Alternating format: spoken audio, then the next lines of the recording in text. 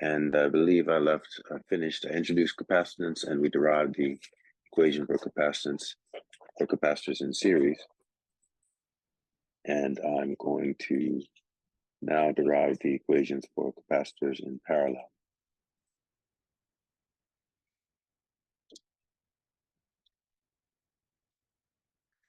All right, so capacitors in parallel.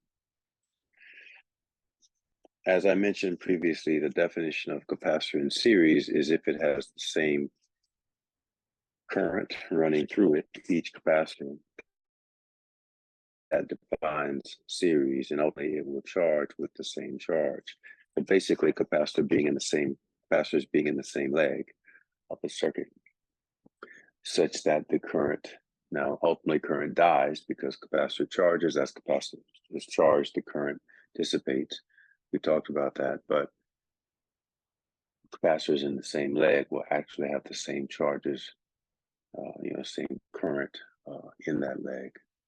For capacitors in parallel, it's the opposite. Capacitors in parallel will be in different legs, so therefore current splits at that leg, and different current goes down one leg as compared to the other. Capacitors will have different values of current running through each of them. So let's give an example here. We've got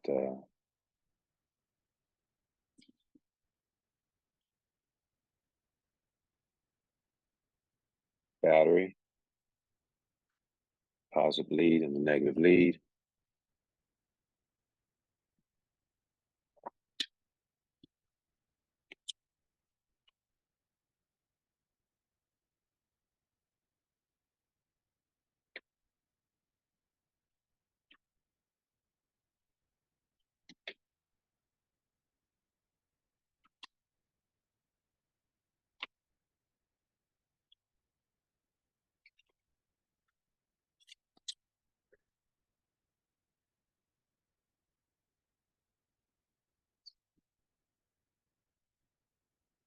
Positive lead in the positive lead and negative lead of the battery. So you can place a switch in the current in the circuit. When the switch closes, the current begins to flow in the clockwise direction. When it gets to this point, this junction, current has to split, and you will have a current, one current going down this leg. Let's call it leg one. So I'll call that I1 for current, and I2 going down this leg. Now, as we discussed the other day, the capacitor will actually charge, and as it does so, the current dissipates because those charges are being, one way to think about it is being dissipated onto the plates of the capacitor. And so as the capacitors charge up, the current dissipates. And there will be a different value of charge accumulating on the capacitor, given that the capacitors have a different capacitance. If the capacitors have the same charge, the same capacitance, then simply because the capacitors were chosen to be equivalent, you will then have the same amount of charge accumulated on each capacitor. But that is not an inherent property, because there are actually different charged particles going down each leg, and therefore different charge, even though the value of the charge could be the same on each capacitor, given that the capacitors are chosen to be the same value, the actual charge on the capacitors is obviously also a different charge. So is that the charge is the first thing to understand is do a kind of analysis of the charge and the voltage. Well, the analysis of the flow of charge through the circuit and the charge accumulating on the capacitor, to start with the first property of capacitors in parallel, which is that the charge is inherently different on the capacitors. It could be the same value if the capacitors are chosen to be equal, but still the actual charge on each capacitor is different simply because they are different charged particles going down each leg and accumulating on the capacitor. In general, chosen to be different values, then the charge actually will be different value as well, different values on each capacitor, as well as being different charged particles, which is always the case. So I start by saying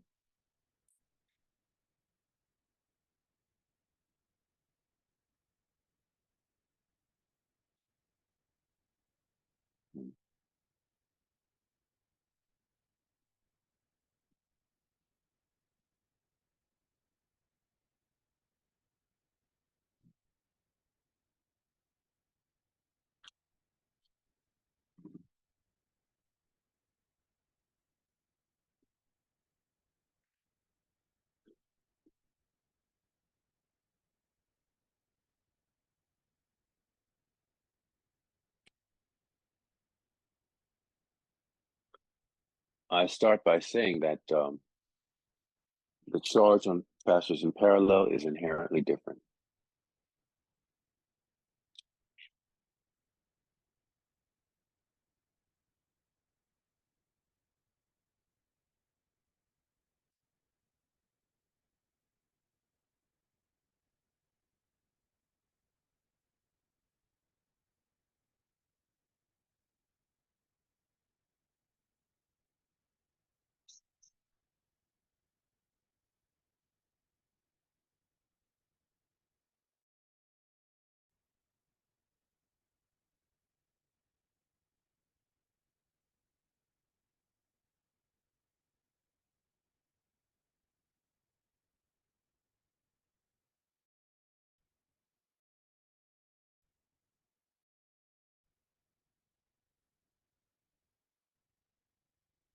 Also, remember that the objective here is to determine what the equivalent capacitance of this circuit is.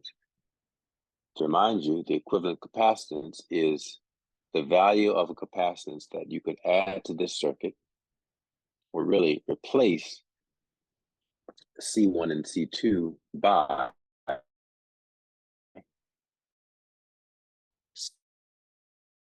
such that the properties not property.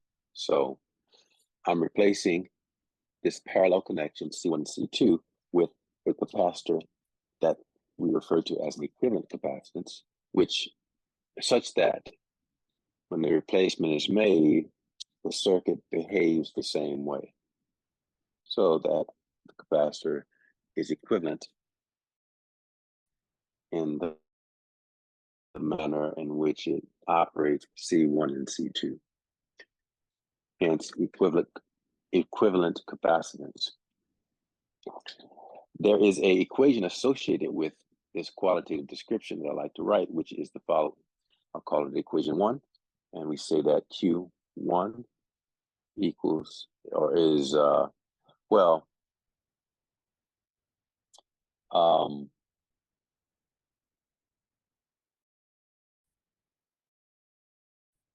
yeah, what is the relationship, the charge on capacitor 1 and 2 and the equivalent capacitance? Well, in terms of the load that the battery feels, right, the load is, the battery, the voltage, as we've determined, is charge, is energy per unit charge. Oh, energy per unit charge. So as the capacitors store charge, I mentioned they store energy. That energy comes from the battery. So if voltage is energy per unit charge, the total amount of energy that is required for the battery to charge the capacitors, and therefore the amount of energy that will be stored within the capacitors, is simply equal to the amount of charge on the capacitors times the voltage. Charge times energy per unit charge equals energy. So I guess a logical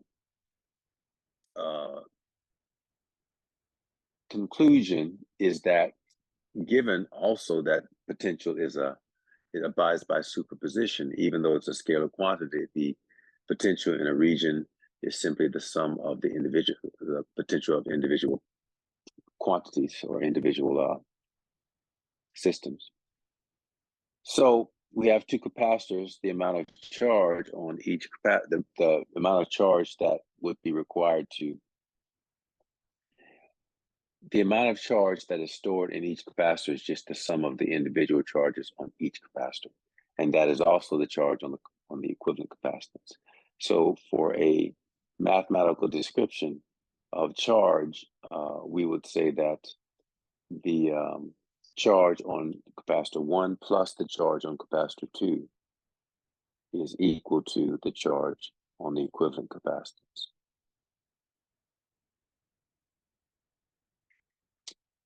So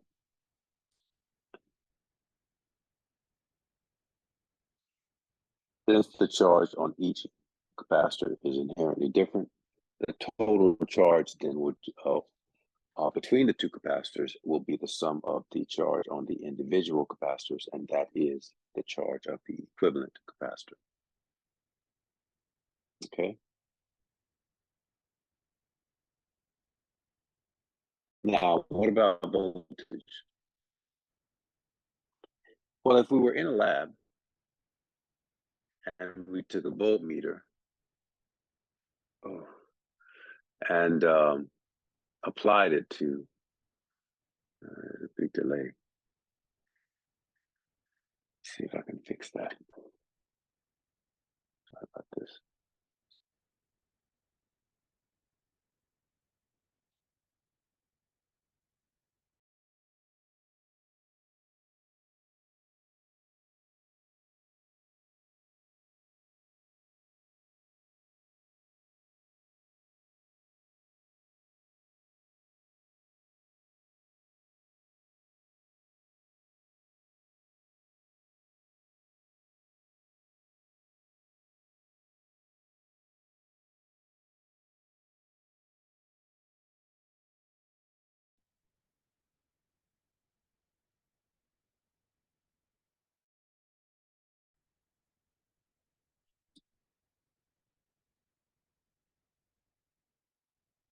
I think that's better.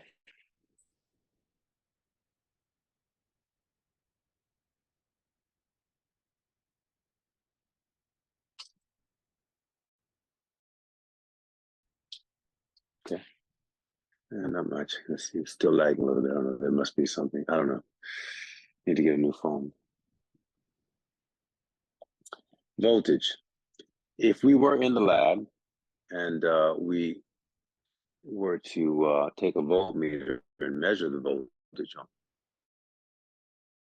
on these properties, on this, we'd take the leads and put them across the component or across the leg within which we want to measure the voltage. And actually, let me do something different. Let's do something called a voltage analysis. And I need to change these out.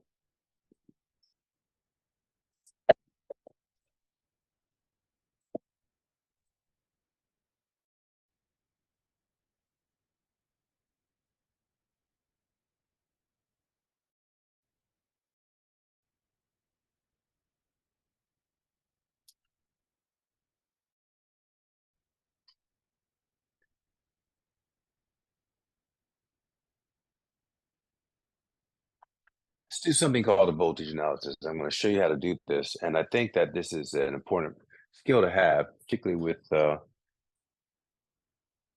the next couple of chapters as we discuss circuits more. We continue to discuss circuits. In fact, it's usually one of the first things that you want to do, so much so that you just becomes intuitive. In the same way that I taught you last semester that it's always a good thing to evaluate the forces on a system, even if you don't necessarily only use Newton's laws to analyze the system. I would say that it's always good when you're doing circuit problems. The first thing is just to do a voltage analysis of the circuit. Now, there are a couple of rules associated with voltage analysis. One, we're dealing with an ideal circuit. So the only resistance that occurs is in resistors that are placed in the circuit.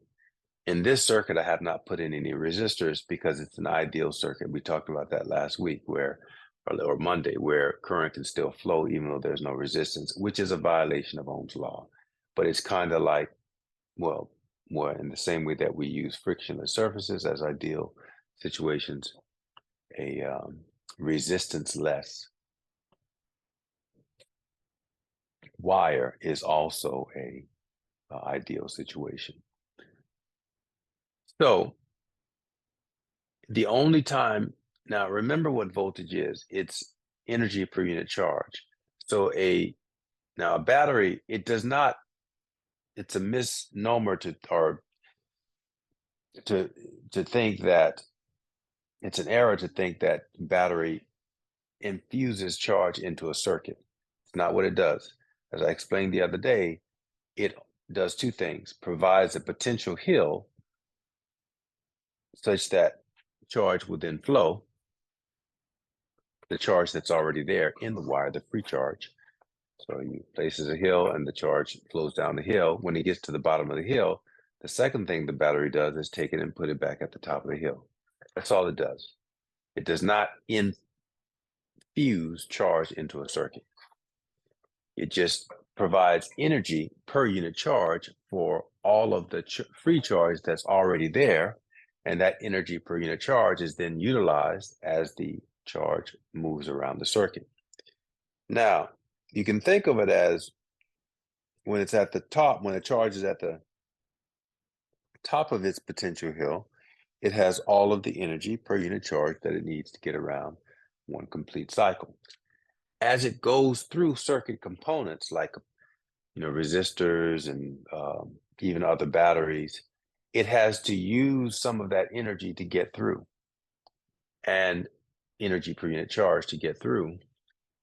And that's why it loses energy as it flows down the hill. When it gets back at the hill, the bottom of the hill, the battery puts it back at top and does the whole thing all over again. Now, a capacitor is a little bit different in that charge doesn't actually go through the capacitor because there's a blank space in the middle here. So it can't jump across, but it is stored on, right? But it takes all of the energy that per unit charge that a particular charge has to allow itself to be charged, to be placed on that capacitor. And so therefore, once it is, that's where the capacitor gets the energy from the charge that is stored on.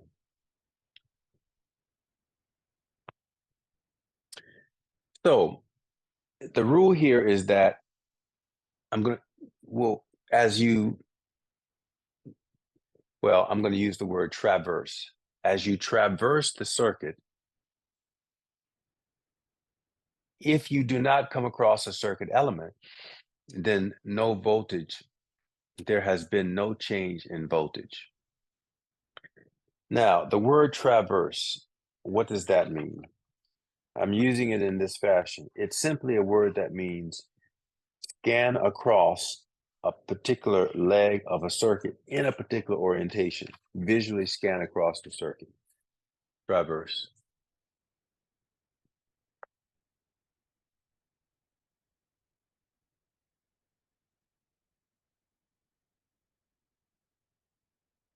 To visually scan across the leg of a circuit.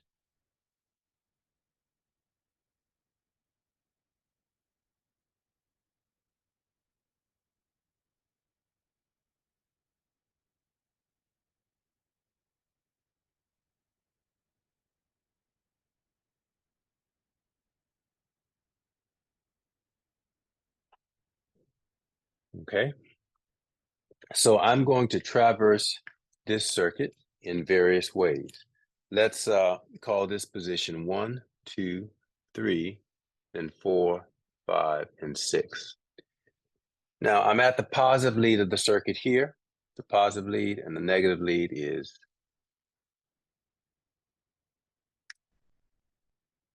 here. Now I'm going to traverse the circuit from the positive lead to position 1. Now, first of all, the voltage, the value of the voltage at position 1, I'm going to call it V plus because that's the positive lead, V plus, and the negative lead we'll call V minus. Now, I told you earlier that the value of voltage at a particular point is not so important. It's really the change in the value of the potential, the value of the voltage, the delta V. And by definition, if I'm traversing, I guess, from left to right or from right to left through the battery, so I'm going from the negative lead to the positive lead, remember a delta quantity is always a final minus initial. So delta V in this case, when I traverse in that case, would be equal to final minus initial would be V plus minus V minus. We're assuming that V plus is larger in magnitude than V minus, because it's the high potential end is what we say. So this quantity will be have a positive value because of the manner in which I traverse it. So I might say delta V plus minus, just to emphasize that I'm going, well, I guess the notation you want to use, you have to be careful about that. I'm going to use the notation consistent with the definition of a delta quantity, plus minus. But remember, that means I'm actually traversing from right to left. I'm starting at the minus end and going to the left because that's the definition of delta quantity, final minus initial. And so I guess, yeah.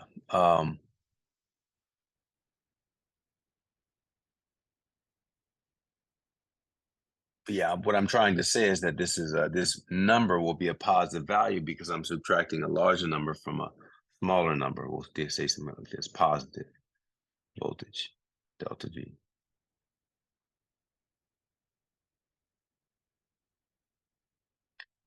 And if I were to traverse in the other direction, minus plus, going from left to right, then I'm going down the potential hill, so I'm losing voltage.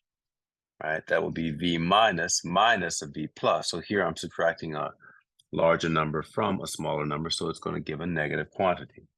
So in fact, let me say something like this. Positive meaning I'm gaining voltage because when I traverse. Yeah, that means I'm gaining voltage, going up the potential hill.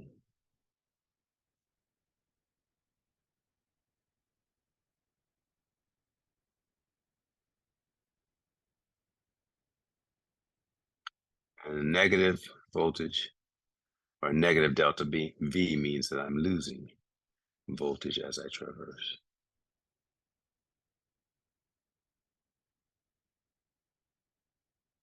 All right.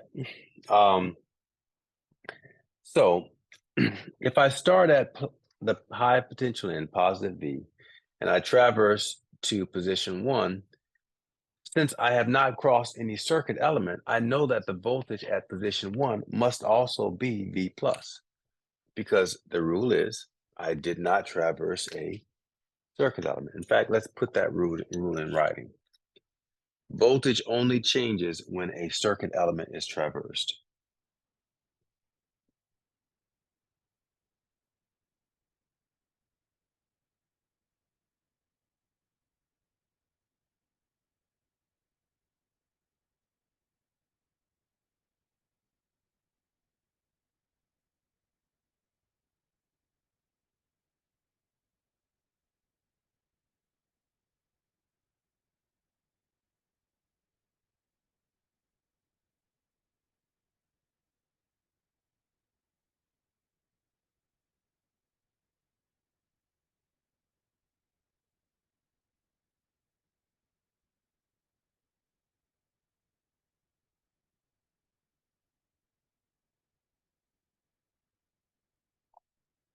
Okay.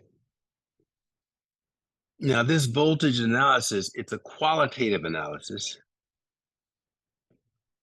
because I haven't even put any numbers, any numerical values here.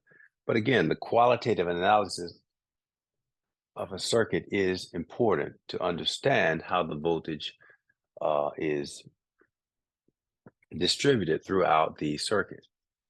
So I know that at this point, my voltage, position one, my voltage is V plus. Now, when I go from position one to position two, I know that this voltage is also V plus because there's no circuit element there. So V2 is also V plus, and same here, V3 is also V plus. When I go from V negative, V minus to position six, well, the potential is V minus at position six, and this, a switch is, it's not really a circuit element, it's just a switch, right? It just cuts the circuit on and off. So uh, unless it's the other types of voltage of circuit elements that I described on Monday, then you don't have to worry about a change in voltage. In fact, maybe I should go ahead and take this out just so it's not confusing.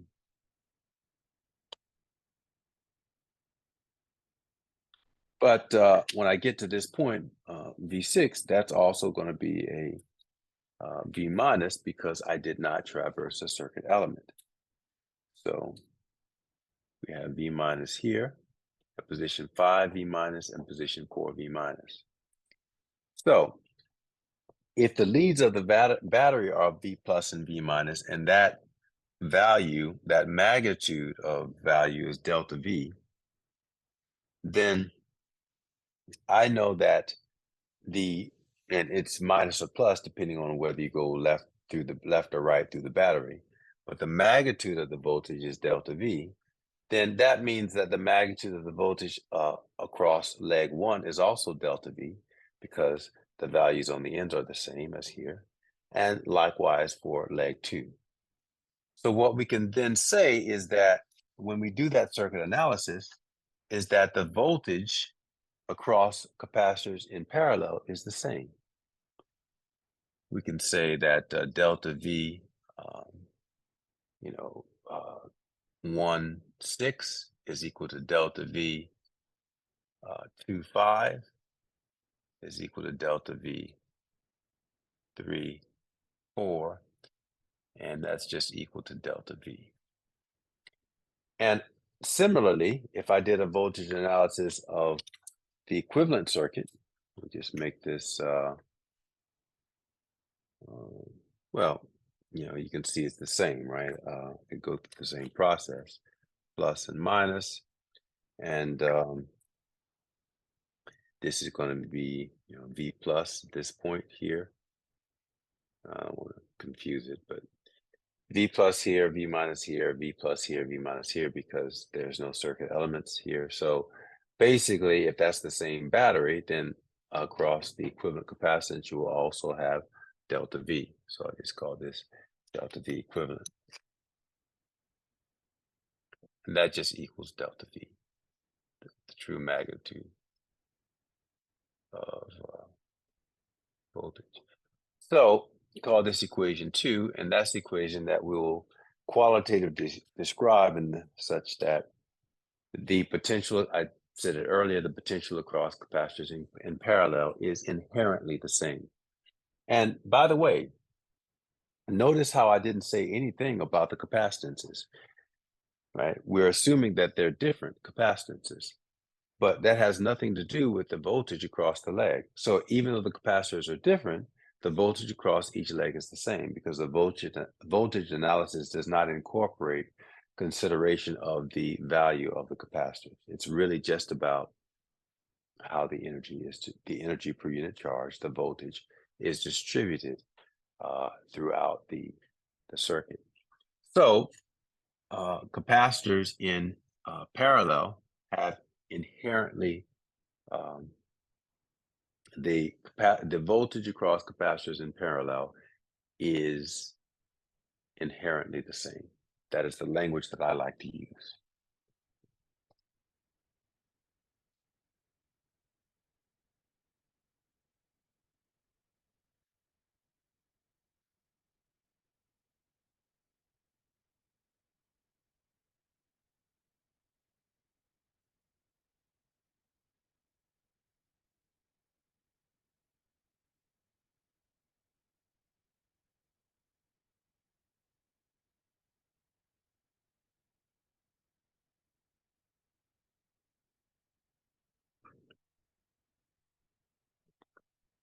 Okay, so that is the second point associated with capacitors in parallel, or the second property.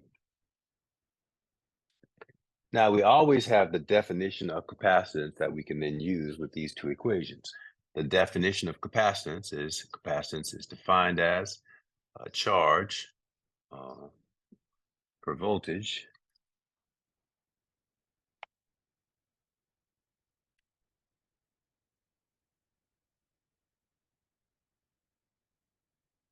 so using equations 1, 2, and 3 simultaneously will look like this.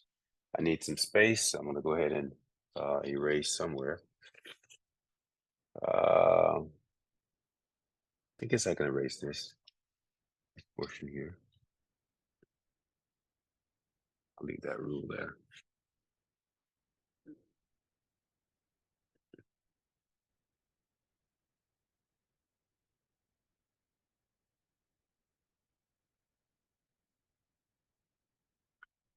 So equation 4, what we will say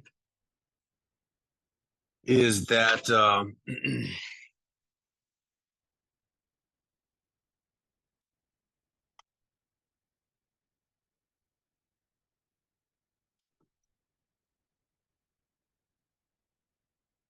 we will say that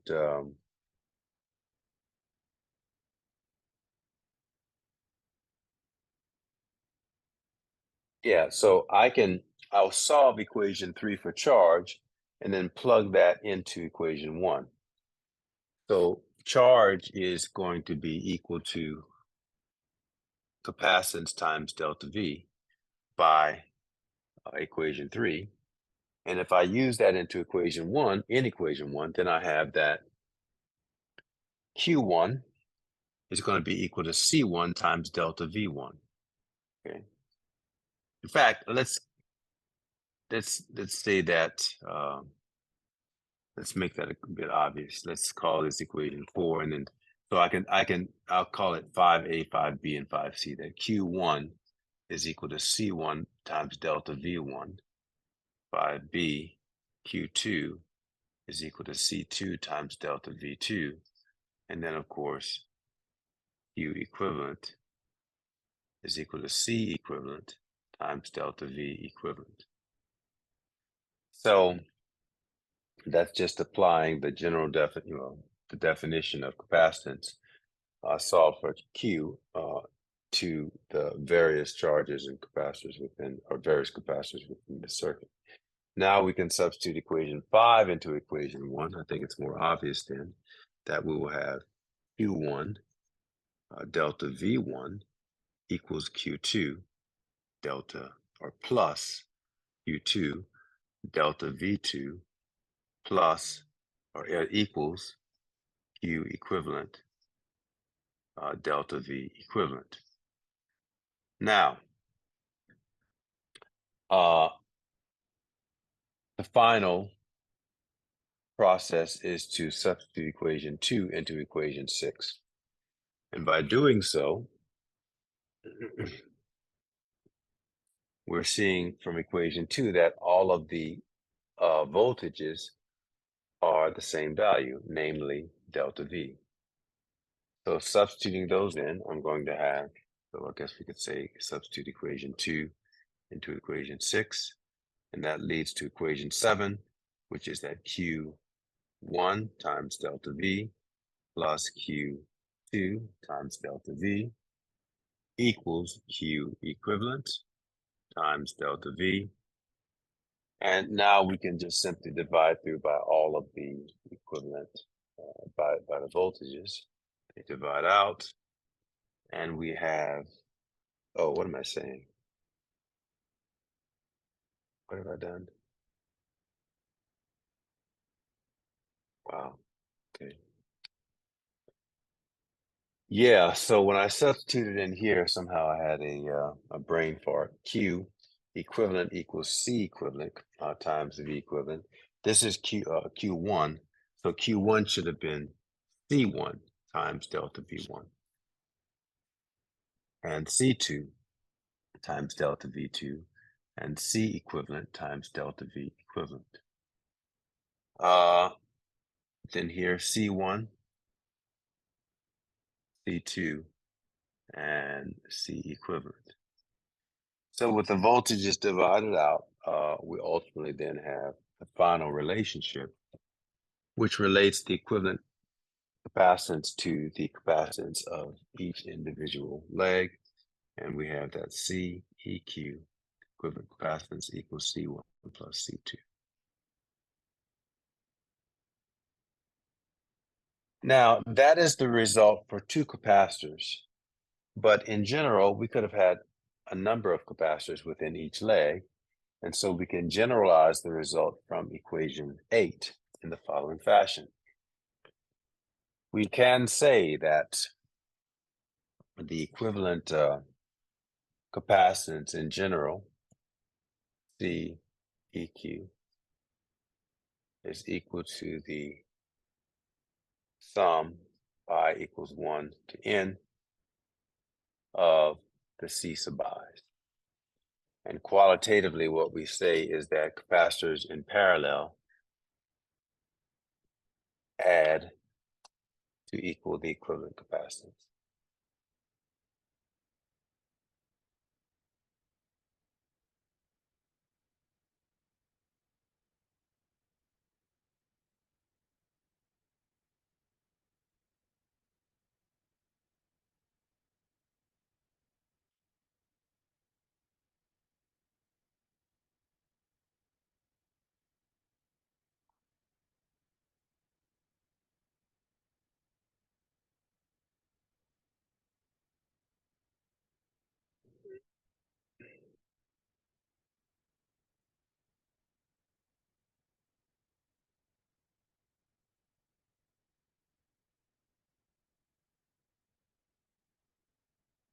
Excuse me.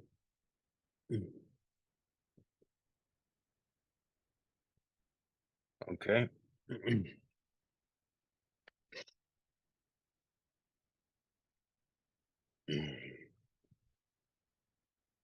So capacitors in series add to give equivalent capacitance. Sorry, capacitors in parallel add to give equivalent capacitance. And as we found out on Monday, capacitors in series, well, the equivalent capacitance is the sum of the reciprocal of the individual capacitances. I'll go ahead and review that. So to review this, there are three properties: capacitors in parallel. Charge is inherently different, voltage is inherently the same, and finally, capacitance, the equivalent capacitance is the sum of the individual capacitors. For capacitors in series,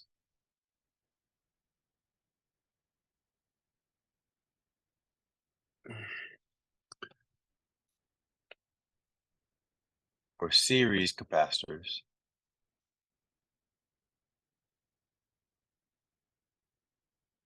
we have that the charge is the same,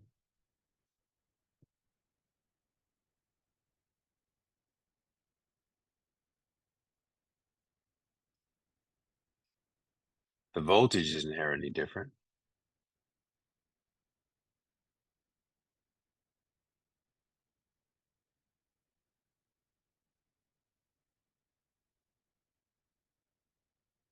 and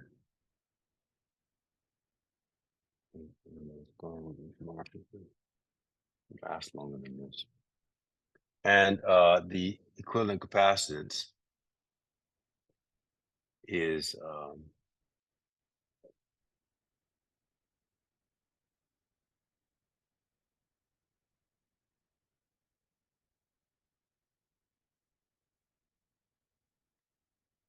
equal to the reciprocal of the sum of the reciprocals. So very different in the way that capacitors in series and parallel behave. But we can use this. We can use this property to analyze circuits, to analyze the equivalent capacitance. So yeah. So why don't we then use these properties and look at a couple problems to determine the equivalent capacitance of circuits. I can show you how to do that. I'm going to go ahead and do that right now. So I've got a couple of examples here, and we will take a look at them.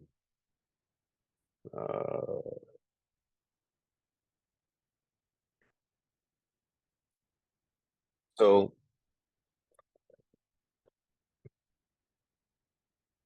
do a few over here. Example one. This is going to be a simple one. So we have a circuit with two capacitors in series, and I think I'm calling this 5.0 microfarads and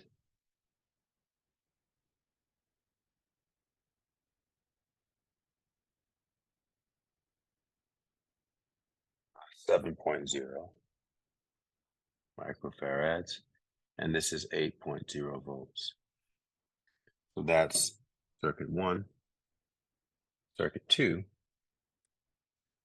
we'll have both, we'll have them in parallel. I guess I start with these simple ones just to illustrate, and then we'll go to more complex examples. Again, an 8-volt battery.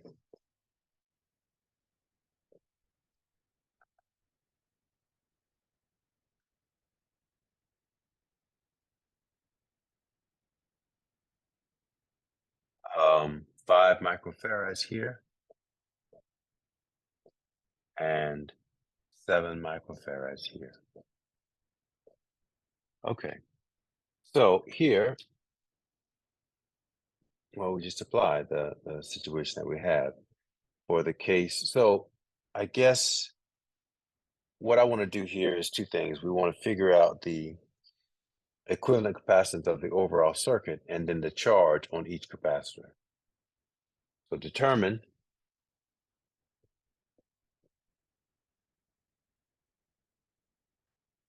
the equivalent capacitance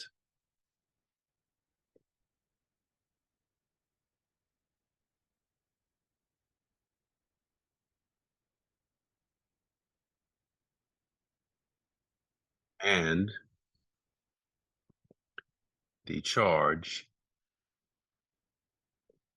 on each capacitor.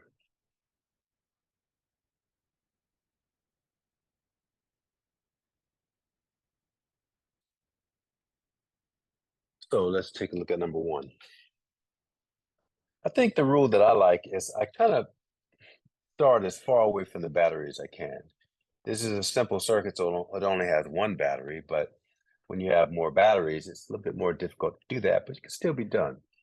You'll find legs where maybe there's no battery or less going on in terms of sources of voltage, and start to add up the uh, capacitance and then move toward the rest of the circuit where the batteries are. In this case, simple, we can just start here at the one leg. And again, capacitors in series add reciprocally. So if I wrote this out, or the reciprocal capacitance adds reciprocally. So what we can say is the capacitance is the reciprocal of the reciprocal sums. So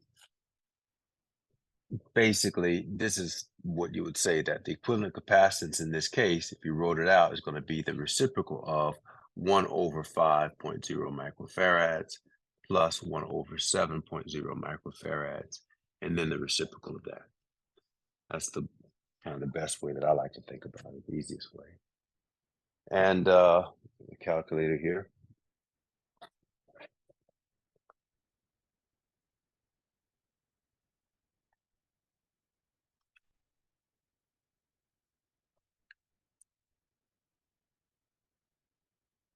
So the equivalent capacitance then would be equal to 2.91 microfarads. You know what? I want to, technically, we have two significant digits here. Well, yeah, we could just take that. So 2.12 would round, well, I'll go ahead and take three significant digits. I don't round it that much. So let's make this 3 sig dig for all of them.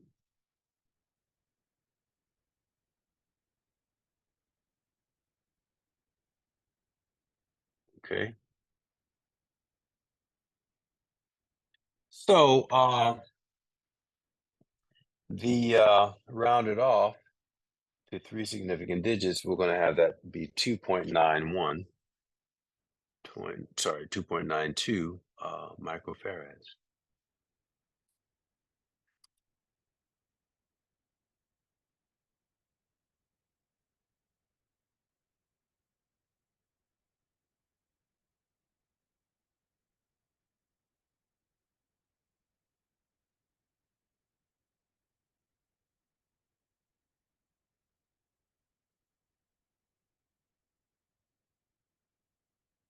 Yeah. Now, how do you determine the charge? Well, you have to use these properties that we just outlined. You know that, and I would encourage redrawing the circuit. It's a little bit of a pain, but particularly when you're first starting out, it helps to alleviate mistakes. Redraw the circuit every time you analyze. So what we said is that the equivalent capacitor takes the place of both of these. So if I redraw this circuit, then it actually looks like a circuit like the following. So 8.0 volts, and I just have one equivalent capacitor here, which I'm going to call CEQ. Now, doing so, I can now determine the charge on this capacitor using the definition of capacitance, right? The definition of capacitance, that concept is that capacitance is defined as charge over voltage. But if I want to determine the voltage, I solve this equation for charge. So as I had done before, we'll do it here again. I think I've kind of lost the numbering here, so bear with me. Charge is equal to capacitance times the voltage. So in this case, the equivalent capacitance is 2.9, right? This equivalent capacitance is equal to 2.92. Now remember, don't truncate anything. You stored values in your calculator so that at the end, you don't have round off error. You just round off at the very end. So you have to get familiar with your instrument to be able to do this correctly. The 2.92 microfarads I'm going to store into a register, and that's actually the value with all the non-truncated values I'm going to use in subsequent measurements. However, when I write it on the board, I'm just writing 2.92, so don't let that fool you. I'm not truncating it here, actually. I'm keeping the stored value. So when I want to find the charge on this equivalent capacitance, I'm using this formula. And let me kind of, you know what, let me do this a little better. I'm going to erase this from the top, restart my numbering. So again, starting from the definition of capacitance, I have that capacitance is defined as charge over delta V. So charge is equal to capacitance times delta V.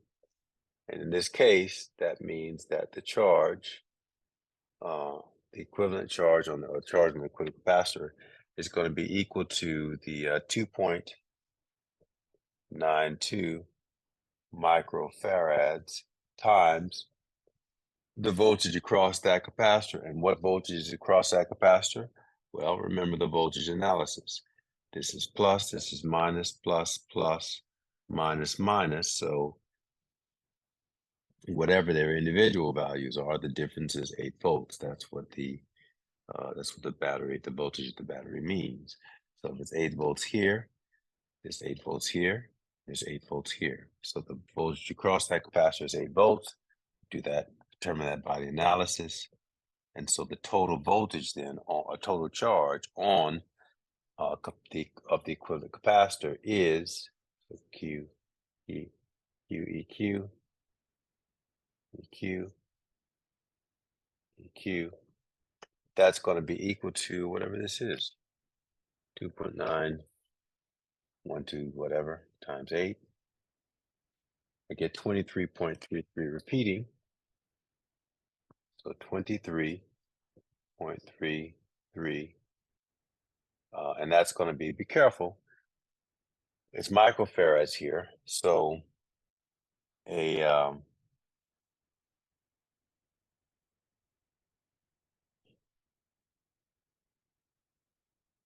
volts times a microfarad is going to be equal to a microcoulomb. So we have 23.33 microcoulombs. Yes. So that, no, not finished, not quite finished though. That is the charge on the equivalent capacitor. But based on the rules that I outlined for you, and we still have them here, series capacitors, the charges are the same, and that's the same on the equivalent capacitor. A little bit counterintuitive, but we've gone over it, so that's you have to know those rules, have to know them very well. And so in here, we can just say that that's the same charge. So it doesn't add, got to remember the rules, right? You're tempted to add it up, but it only adds for capacitors in parallel, not in series. Here, it's inherently the same. So you would have, 23.33 microfarads on each individual capacitor, even though the capacitance is different. Okay. So I guess I could call this Q5 for the 5 microfarad capacitor.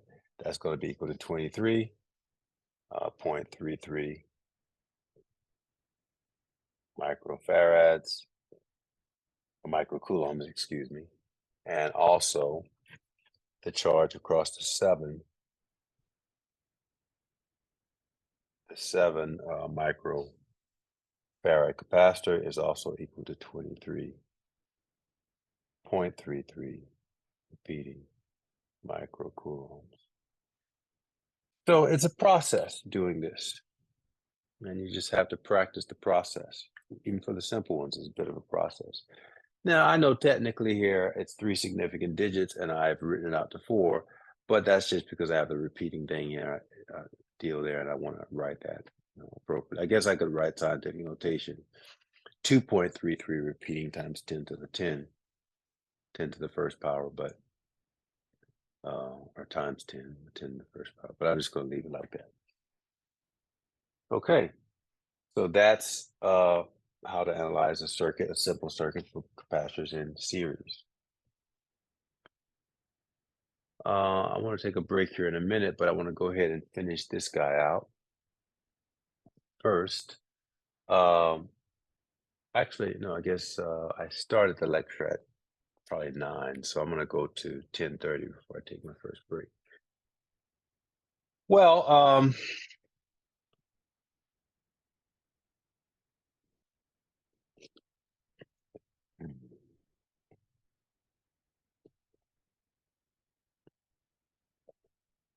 if there were people attending, I would ask you if there are any questions right now, but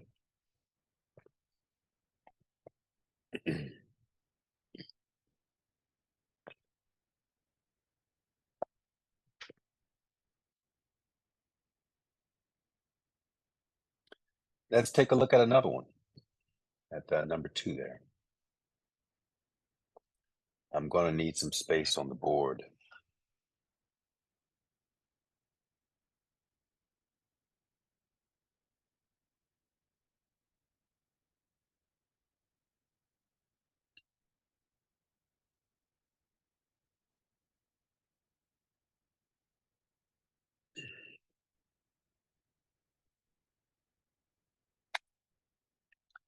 So determine the equivalent capacitance and the charge on each individual capacitor. If I redraw the circuit, in this case, it just looks like the same equivalent circuit as what I just drew with the series connection. It's going to look like this. So that's CEQ, okay? Even though they being the individual capacitors, are now in parallel. So it's easy for me to see here that the voltage is the same, right? That's the first property I'll start with, that voltage across each of those capacitors is 8 volts. So again, usually if I want to find the, well,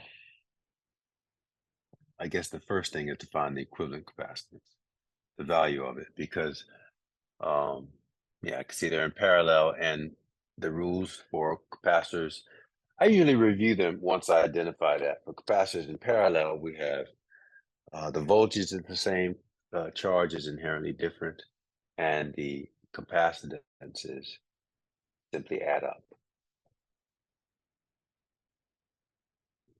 So the equivalent capacitance here is going to be 12 microcoulombs, 12.0 microfarads. And we just derived that relationship, and we now are using it. Now that we've done that, we can see that the voltage is the same, and we want to now find the charge on each one. And sorry, we have to first find the charge on the equivalent capacitor. Using the same relationship, charge is equal to voltage times, keep the numbering going here. Charge is equal to voltage times, or capacitance times voltage. So the charge on this equivalent capacitor is going to be equal to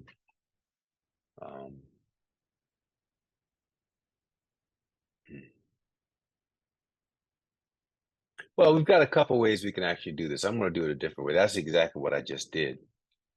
And we're going to find that that charge is going to be equal to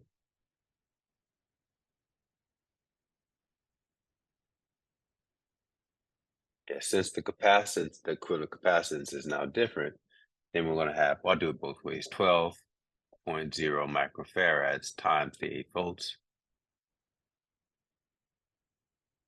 And that's going to give us, what, 48? No, sorry.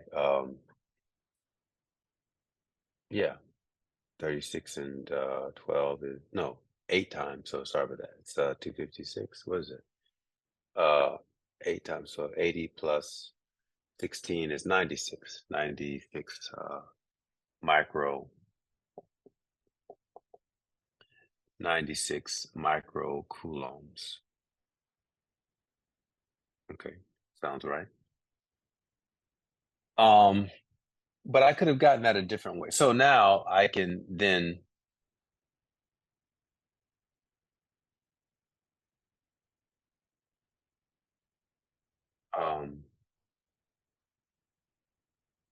well, I know that the charge on capacitors in parallel must add to the equivalent charge.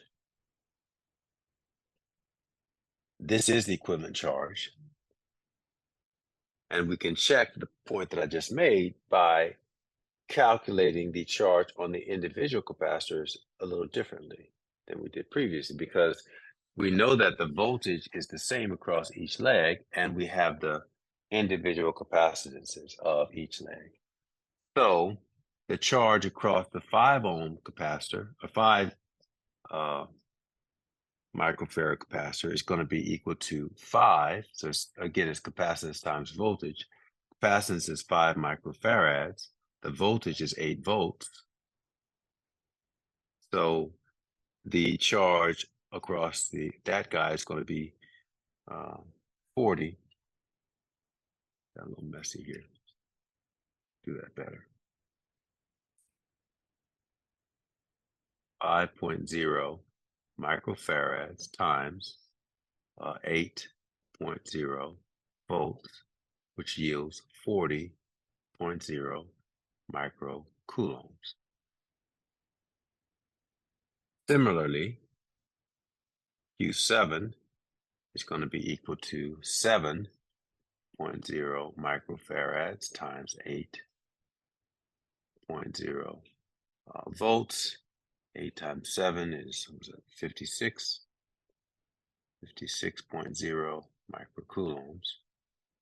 And consistent with the point that we had made earlier, which is that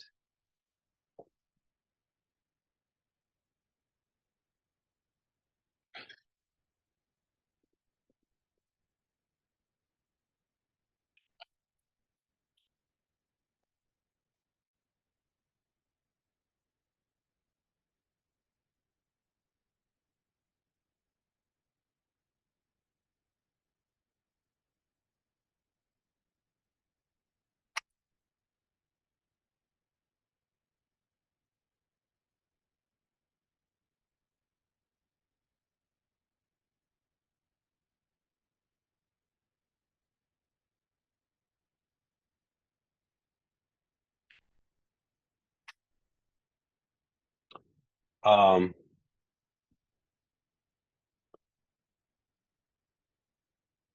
so what we had said earlier is that charge on capacitors add to equal the equivalent charge. And so we see that here, the equivalent charge is 96, but if we look at the individual values here, we have that Q5 plus Q7, saying that's equal to Q equivalent. Well, in fact, it is. We have 40.0 microfarads plus 56.0 microfarads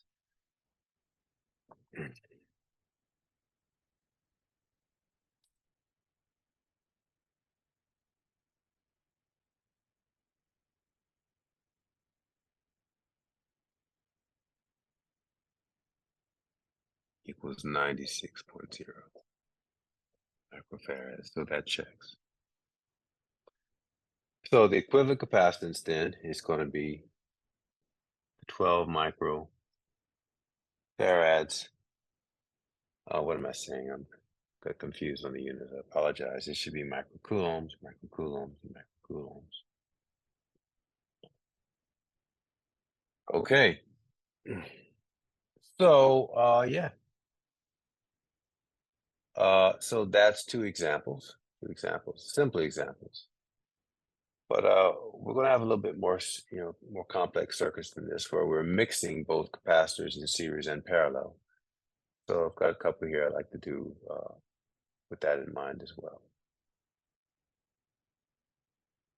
Again, this would be the place where I would ask for questions before going on to the more complex examples.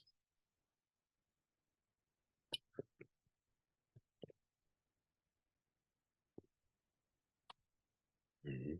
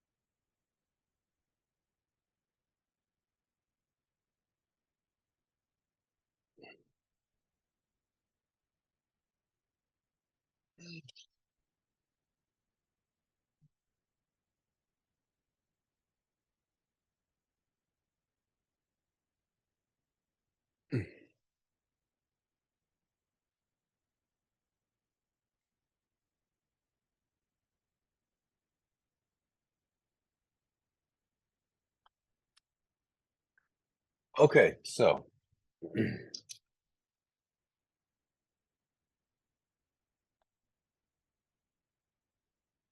next example.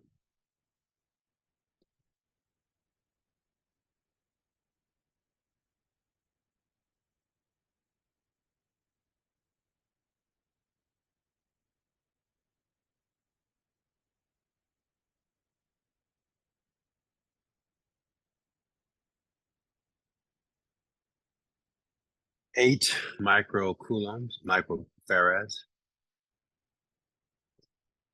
still 8.00 volts.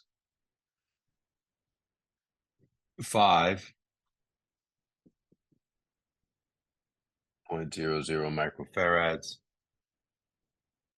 and I guess this is also 5. 0.00 microfarads. Now, mind you, the unit for capacitance is a farad. I don't know if I said that the other day when I introduced capacitance. So let's say that units. I don't remember specifically pointing that out. Units are it's a proper name. Farad was Michael not Michael Farad, it's Michael? Well, it's not Farad, it's Faraday. Yeah, it is Michael Faraday. He along with he's one of the great physicists, the standout physicist in the 1800s, the 19th century. Michael Faraday, along with um, James Clerk Maxwell. Those two are the standout physicists, and are credited with creating the physics that we're studying in this class, classical electrodynamics. So we capitalize it because it's basically named after him. But the symbol that we use is not a capital F, it's actually a script F.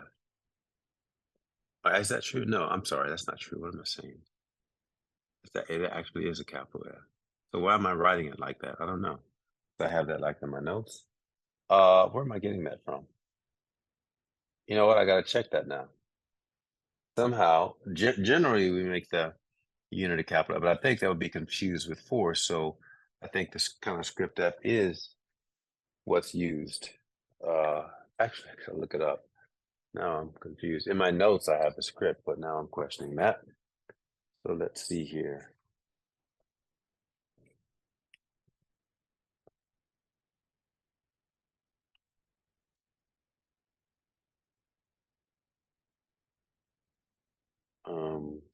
Really?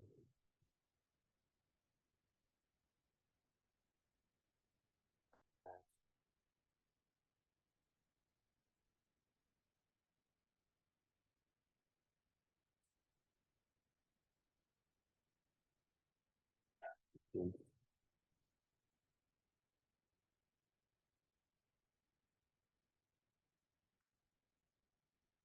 Yeah, it's a capital F. So I'm not sure why I've been doing that. It's a capital F.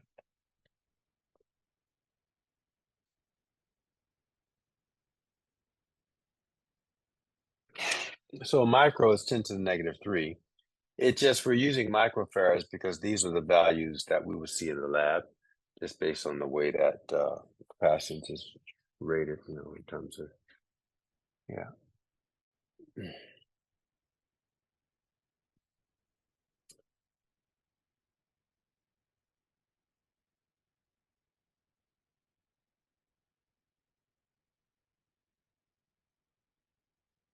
Yeah.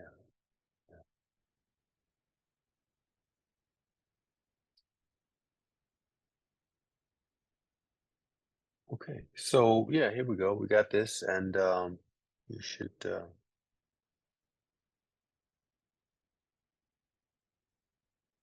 same process. So the way I would analyze this, I'm gonna need to take a quick break here for a minute, and I'm gonna continue working. Starting as far away from the battery as I can, is this leg back here. So I would add these in parallel. You see the current will split here, so different charge is going to apply. So these two 5 microfarad capacitors are in parallel. And when I redraw that circuit, they're going to be in series. That equivalent capacitance, the result will be in series with this 8 microfarad capacitor. So uh, kind of the terminology I would use, maybe something like this. I would have the battery there, 8.00 volts. And here's the equivalent capacitor. Well, sorry, here's the 8 microfarad capacitor coming around, and it's going to combine with this equivalent capacitance here, which is, I'm going to call that C5. That's the terminology, the symbol that I will use to imply that this is the equivalent capacitance between these uh, capacitors in parallel. So you can then see by redrawing it that these are certainly in series because they have the same current going through them and therefore will have the same charge on them. And then the final, I would go ahead and then also redraw the equivalent capacitance of the whole thing, CEQ, which is the equivalent capacitance between the 8 microfarad capacitor and the equivalent capacitor, whatever that will be, of the 2 5 microfarad capacitors. So this is kind of a 3-step process. Now, again, these are in parallel, and you just remember what those rules are. In parallel, the capacitance adds, so I can just write this down as 10.0 microfarads. So used to writing that script F, got to get that break out of there. And this guy, remember, it's the reciprocal of the sum of the reciprocals. So 8 inverse 10, oops, plus inverse. So it looks like I got 4.44. Remember, I'm storing that, not truncating. Okay, so the equivalent capacitance then is 4.44 repeating microfarads. I can immediately use that to get the charge. Remember, this is 8 volts. And renumbering, charge is going to be equal to capacitance times voltage. So the voltage is 8, the capacitance is 4.4, so 4.44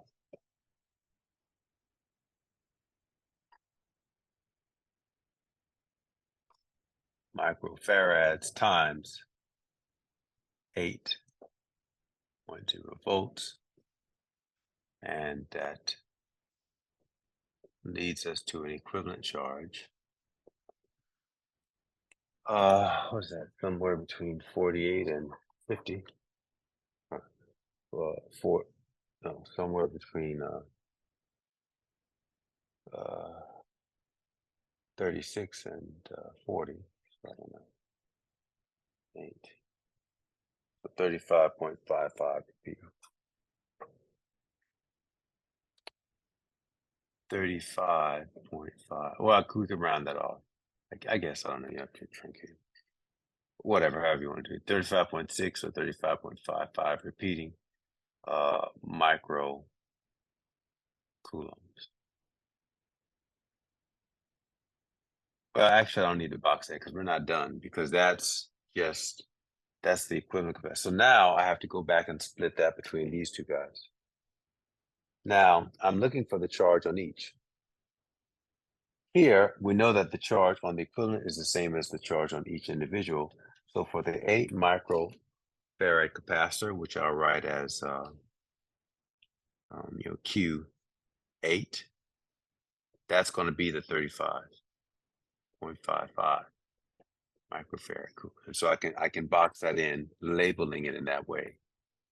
So that's that solution. But I still need the charge on each individual one of these. Now that's a little bit easier.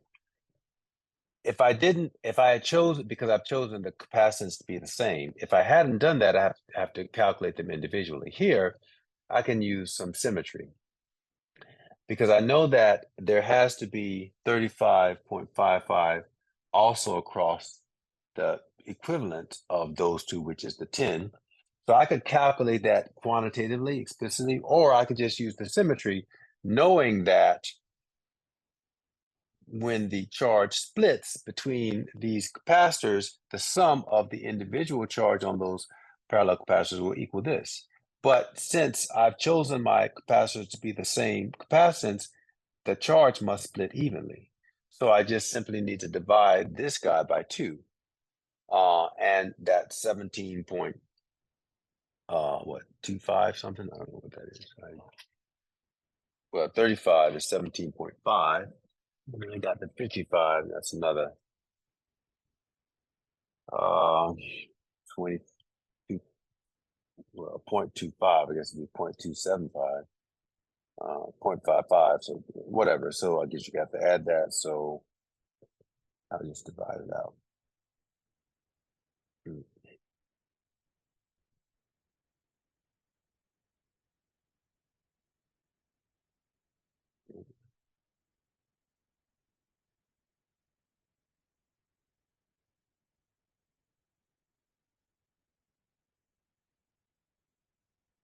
17.77. So the charge on the 5 microfarad capacitors is going to be 17.77 repeating microcoulombs, and that's on each one. Now again, if I didn't have symmetry there that I could exploit, what I would have to do is, well, I know that the charge on that's going to be 35.55 microcoulombs because it has to be the same as what's on this. But then I would use that charge to calculate the specific voltage across this guy. And well, actually, we could go ahead and do it and prove it, because the charge is going to be, the voltage is going to be equal to charge divided by capacitance, right? Just from the definition of capacitance, we know that this is true. Delta V is equal to charge divided by capacitance. So the charge is 35.55, the capacitance is 10 microfarads. So dividing it, I'm going to have 3.55 repeating volts across that equivalent capacitor. That means that that's 3.55 across each one of these. And 3.55 times 5, you will see, will be the 17 microfarads for each one. You can work that out for yourself.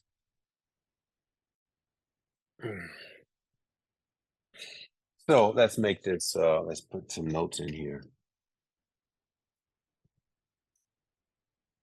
We can say that make it clear that if I want to figure out the voltage across this guy, the delta V10, that's going to be equal to its charge, which is 35.55 repeating microcoulombs, divided by its capacitance, which is 10.0 microfarads. Microcoulomb divided by microfarad is a volt. So I will have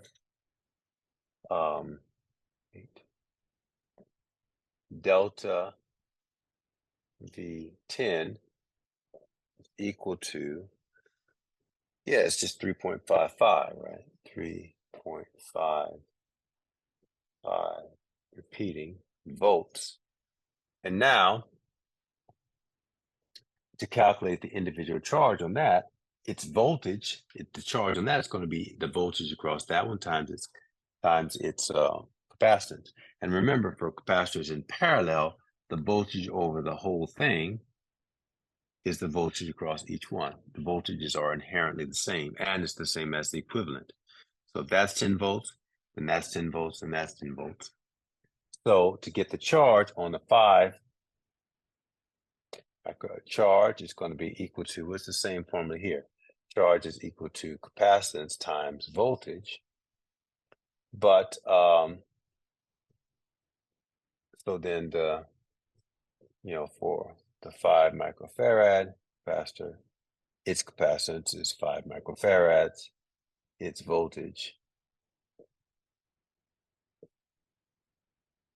is 3.55 repeating volts. And when you multiply that out, you get that the charge should be equal to what we figured out by symmetry here, 17.77. Multiply that out to convince yourselves.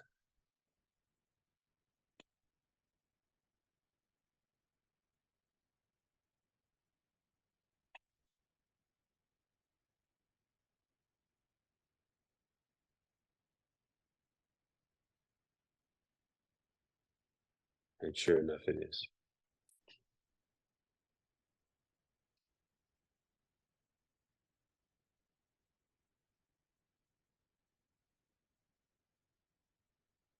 Okay. Now, as I mentioned, these capacitances are the same. If they were not, you would have to then go and calculate this guy individually, which would be a different value if the capacitance was different. And then you would see that by adding those two, you would get the total across the overall capacitor. Here it's trivial because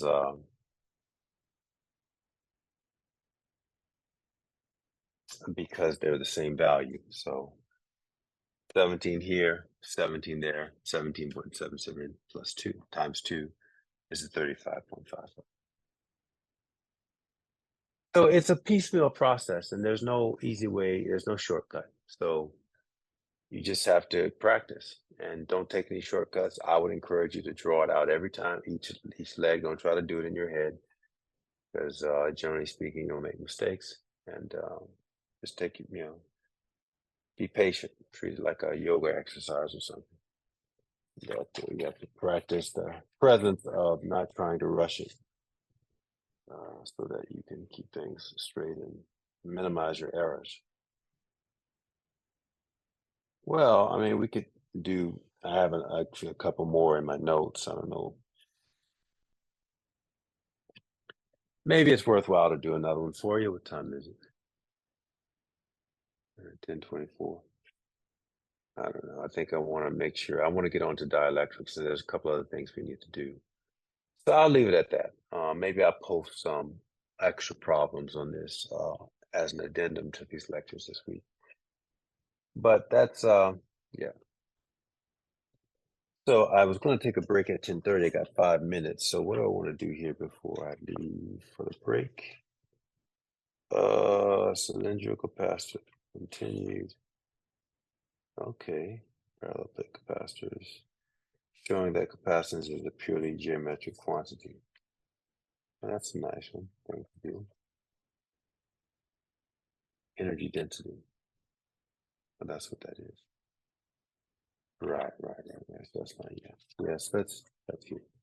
So let's go ahead and do, well, let's show that. Let's show that capacitance is truly the true dependence of capacitance. And this will allow us to use several concepts that we've learned over the last couple chapters. It's a really nice problem to do.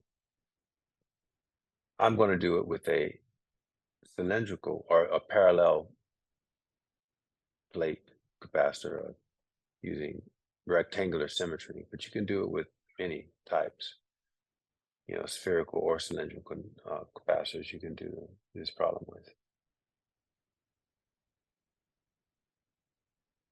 Getting different results. The first time we came across this concept, I said it with friction. When we derived the coefficient of friction last semester, there are a couple of problems that you can do to show that the coefficient of friction does not depend on the surfaces of the object in contact. Remember, friction is mu times normal force. And mu is the coefficient of friction. What we showed is that friction really just depends upon the tangent of the angle that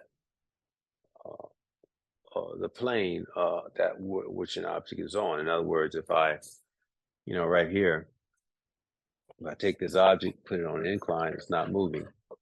Apply Newton's laws. So you can either move down at a constant velocity or not move at all, so be right at its critical point. What I can show is that the coefficient of friction is not dependent upon properties of the surface. It's actually only dependent upon the geometry of the system, meaning the plane angle theta, the angle at which it's inclined, or it's equal to the tangent of that angle. That's a geometric quantity, so it shows that what seems to be a more complex quantity is only dependent upon the geometry of the system. First time we encountered a quantity like that, but capacitance is also like that, and we're going to illustrate that right now. So I'll start by looking at the plates of a capacitor in two ways, a side view and a front view. So I call this section the geometric dependence of capacitance. Capacitance and geometry. And then I will break. And it ends up giving us a second equation for capacitance. One is empirical, the definition, and this one is, kind of explicit dependence. So capacitors or capacitance and geometry.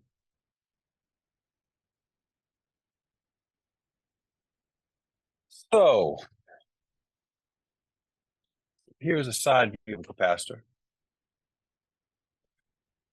I'm going to put these right beside one another. So side view.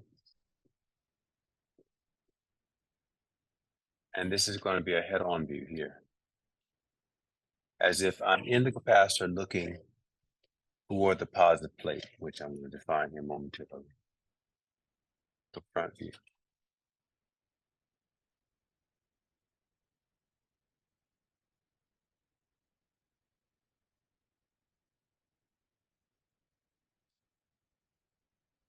Let this guy be the positive plate.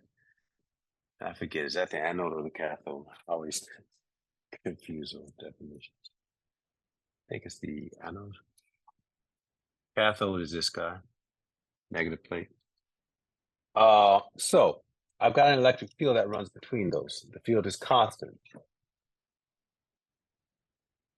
for a simple capacitor. So that's E, electric field. Between the plates. And each plate is charged. This is positive minus Q, and this is positive Q.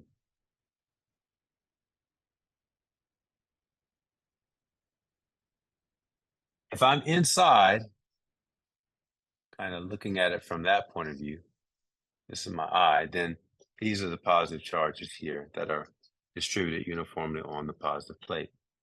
You know what, I'm gonna take that out, that looks kind of weird. Okay. Now,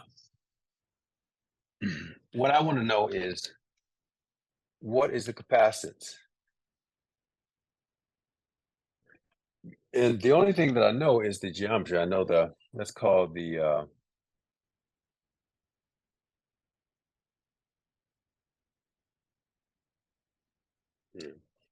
let's make this side, if we specify the geometry of the plates, let's make this side A, this side B, and the separation of the plates here, let's make that D.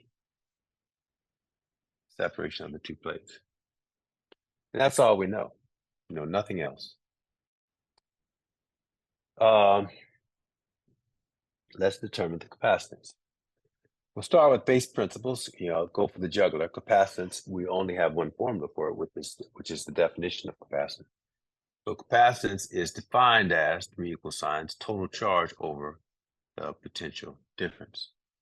Now, I just put these values like just to let you know that that's what these are, but we're assuming we don't know that. So the only thing that's given, what's given is the geometry, A, B, and D. That's all we know. So I know I'll put those there, but we don't really know those. Usually when I put a symbol like that, that means that we do know it, but we don't. This is the only thing that's given. I mean, I could put them there. We could know them, but I just want to illustrate that we can do this problem. Because the problem is only going to be dependent upon geometry, we don't even need to know the specific values of these things to figure it out.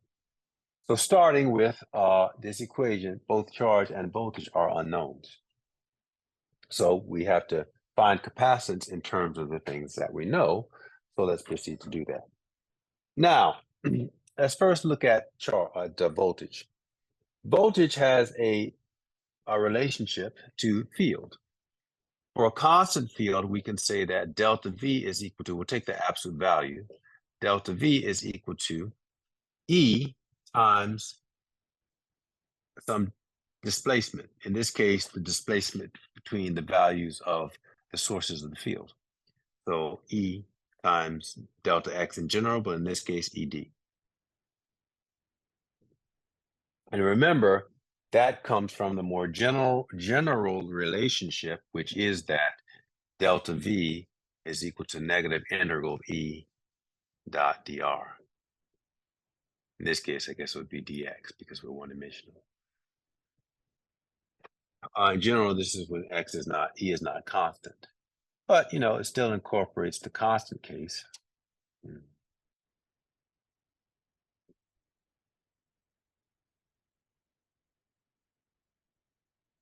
Which is this guy.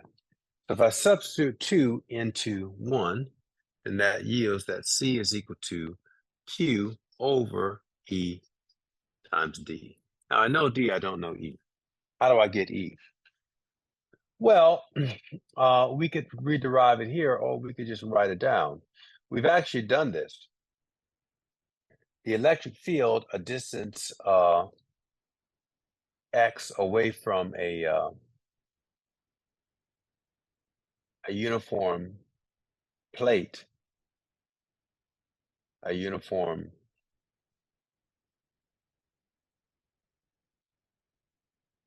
charged plate, is the same as the electric field near a infinite plane of charge. Go back and look at, we can use Gauss's law to determine that, and we did that. We showed that the electric field a few weeks ago is equal to sigma times epsilon, sigma over epsilon naught, when we are very far away from a infinite or near an infinite plane. Now, this is not an infinite plane, but if we're assuming it's constant, we're not considering edge effects. So we're assuming that, and it's relative, right? Like if I've blown this up, but for a real capacitor, you know, we're talking about like tenths of millimeters, maybe even hundreds of millimeters away from the surface of the capacitor, and the capacitor could be like a centimeter. So that's, 1,000 times difference, 1,000 or 100 or 1,000 times different. So it's relative. So we are kind of very far away given the size of the plate and the order of magnitude that we're discussing. So in that case, we can assume, we've already said that the field is constant. So if it's constant and we're near a parallel plate, then this is, we do Gauss's law, we're going to get the same value. So yeah, I can then substitute equation 5 into equation 4.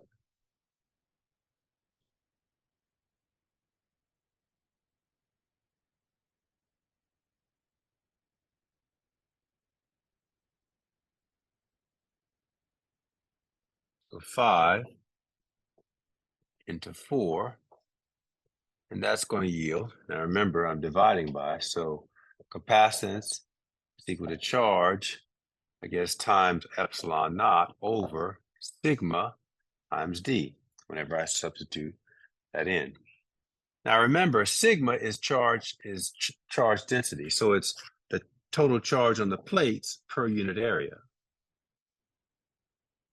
But remember, the area of the plate is basically A times B. So that's going to be Q over small a times small b.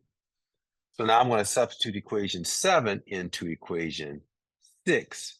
Remember, it's in the denominator. So again, what I'm going to have is capacitance is equal to charge times epsilon naught.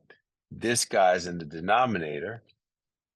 So that's going to be A times B over charge, right? Because taking this guy into here, so I have charge on the bottom. And I still have the D there, so we've got to be careful about that. Okay, so I think I'm done because charge cancels out, and what we have is that the capacitance then is equal to epsilon naught times A times B over D. And I could sometimes it is written a little differently because for a parallel plate capacitor, the area is A times B. But in general, it's whatever the area of the plate is. So the capacitance is equal to epsilon naught times the area divided by the plate separation. That's the most general form of this relationship. That capacitance then is equal to epsilon naught times the area divided by D.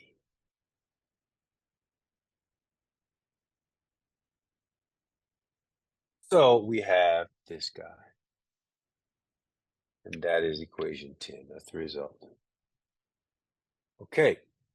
And so now that we have that formula, depending upon the area of a, as long as it's a parallel plate, parallel means they're just parallel. So what if I had spherical plates? that were kind of in close proximity, right? Like, so this is a two-dimensional representation of a parallel plate, but like I could have represented it like this, like the three-dimensional representation of a parallel plate with rectangular symmetry would look something like this. So here's a plate, right? One plate. But then I've got another plate here, separation. That's kind of, could draw it kind of like that. Right? This comes out like that, right? So then, and then we connect it to a battery and come back around the other side, right? So the field is in between this field. So this is the three. So, you might be looking something like this. You won't be able to see everything, but,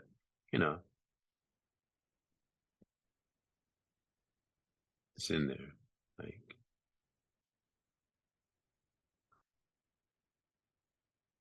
right. Well, what I'm trying to say is that the geometry of that plate could be anything. It could be a spherical or a circular plate. I guess it would look more oval. So maybe something like that.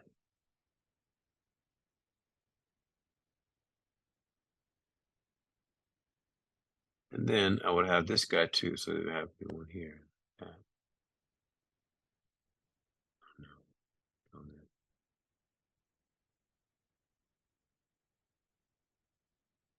Something like that. And then back over the other side. So in that case, for this guy, the capacitance would be equal to epsilon naught times I r squared over d. For this guy, it's, epsilon a times v over c. So yeah, and so where r here, where r is the radius of the plates, assuming they're the same radius. So it's a nice thing to know. It's a nice thing to know, and it gives us another relationship for capacitance. I define it as a concept, the geometrical relationship of capacitance. And so we can summarize that this is the true dependence of capacitance. Capacitance is the language that's used is that capacitance is a purely geometric quantity because it only truly depends on the geometry of the capacitor plates. So capacitance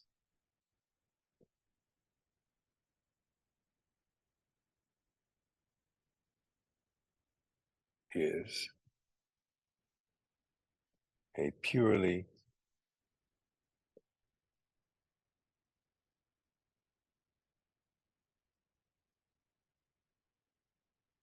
geometric quantity.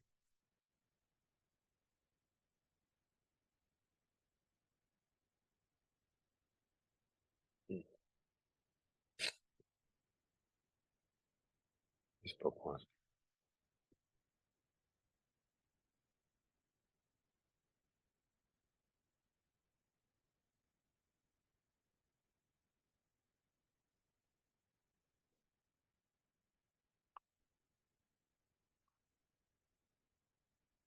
Okay. Purely geometric quantity capacitance.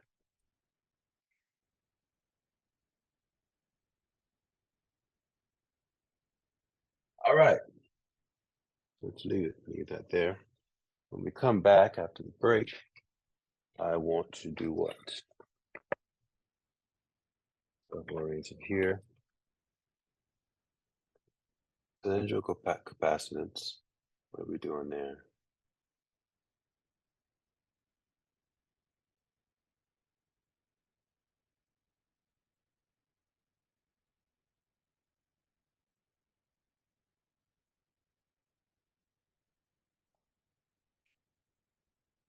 Oh, I'm determining the capacitance. I guess I'm doing the same problem. I'm looking at a cylindrical capacitor and finding the geometric dependence. A little bit more complicated because the field is not constant like it is here. But that's a problem worth doing because it's a practical problem. It applies to something that you are all familiar with, coaxial cable. Coaxial cable is the kind of cable that all cable companies use. So the cable from your, in your house that's providing your cable service has a coaxial cable, which is essentially a cylindrical capacitor or has cylindrical capacitance. And so I can do the same thing for that system that I just did here and derive the formula. So this is a general formula that only applies to capacitors that are parallel to one another, like, but for cylindrical capacitors where you have kind of a wire sheath or a metal sheath surrounding a current wire, both the current wire has cylindrical geometry and the sheath itself, and there are insulators in there like that are keeping them, dielectrics. By the way, a dielectric is just a plastic insulator. But the field then will not be constant like it is here. So we have to use some slightly different methods to basically do the same problem. And it's a nice problem to do. You have the mathematical ability to do that. So it's one thing that I like to do here as well. And then once we do that, well, and you can also do spherical. I don't do it in my notes, but you can also do spherical. That's also something that is doable with the same methods. Well, same process, but slightly different mathematical methods because the integrations and things are different in the field, not constant for those latter two problems. But I'll leave it to your notes or to the book or something to do the spherical. And then I guess we do energy density and then dielectrics. And that finishes the chapter on capacitance. Yeah.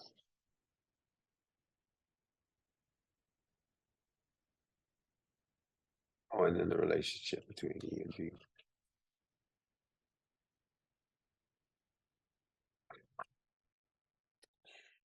So we'll come back, we'll do.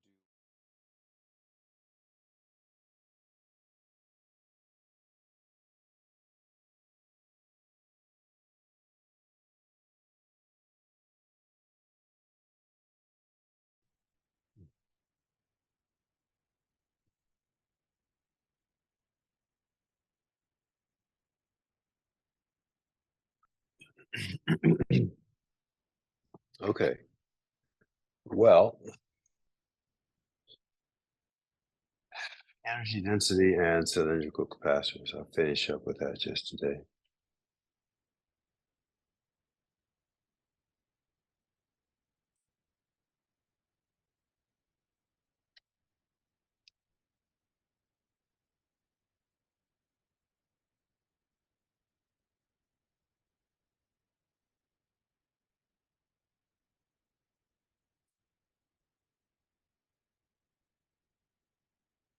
Energy and energy density. Let's just do that. And then I'll finish up. Let that be the end of today.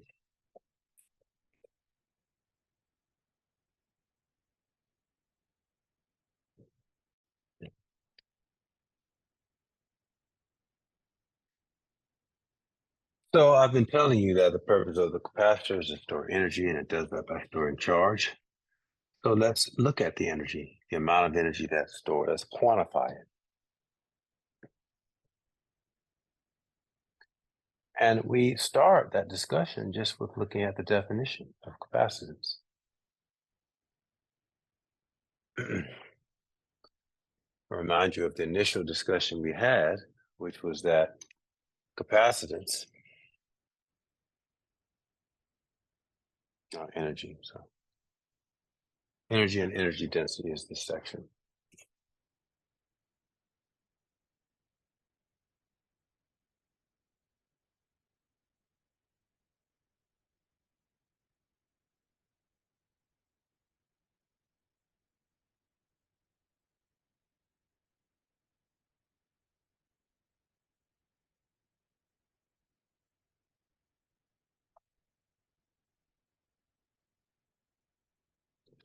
The capacitance is defined as the change in potential energy per unit charge. So then energy is units of energy are change in potential energy is equal to the capacitance times the charge. So Coulomb time Coulomb's times of a Coulomb times a Faraday is equal to a joule in terms of units. Let's just keep that in mind. Wait, what am I saying? I'm tired. This is not capacitance, this is voltage. Sorry. This is the definition of voltage. So this is voltage here, delta V. So a Coulomb times a volt is a joule in terms of units. Now, yeah, what a lot of people write, I've shown you how a capacitor charges, and when I did that, I talked about individual electrons being deposited on the capacitor. I could have done the same argument, but just thought about groups of electrons, delta Q. I'm going to go ahead and use that terminology because that's what the book uses, a delta quantity on both. So could also say this is, uh, equal to delta Q. Yeah, let's do this way. In general, right? A more generalized relationship is it doesn't have to be following. You don't have to just follow one individual charges, but you could follow groups of charges or packets of charge. And so delta Q times delta V is equal to the change in potential energy as the capacitor charges. And you can see it's a linear relationship. And so if I looked at energy versus charge,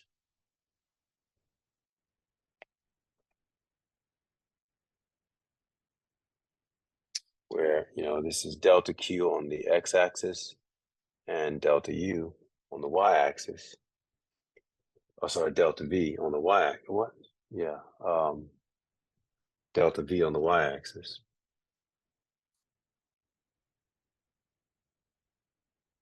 Because really, I'm kind of thinking of it in terms of this equation. Then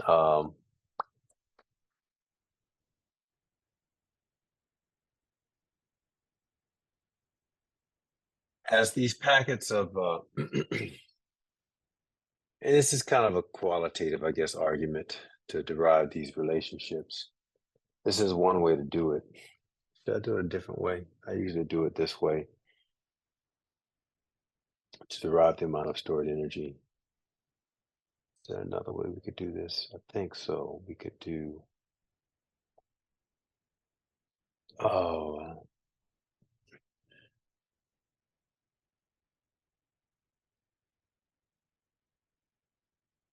let me think about how to do that.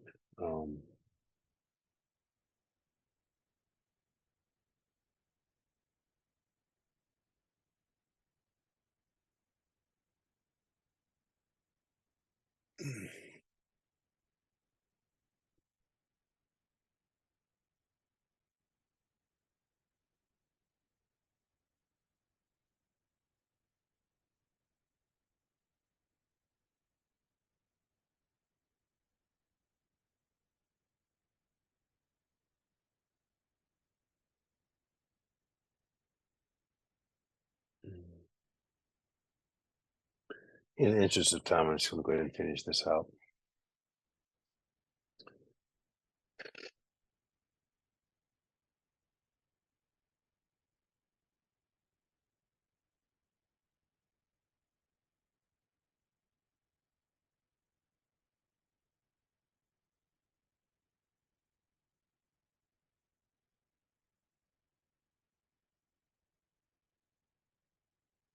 Let me.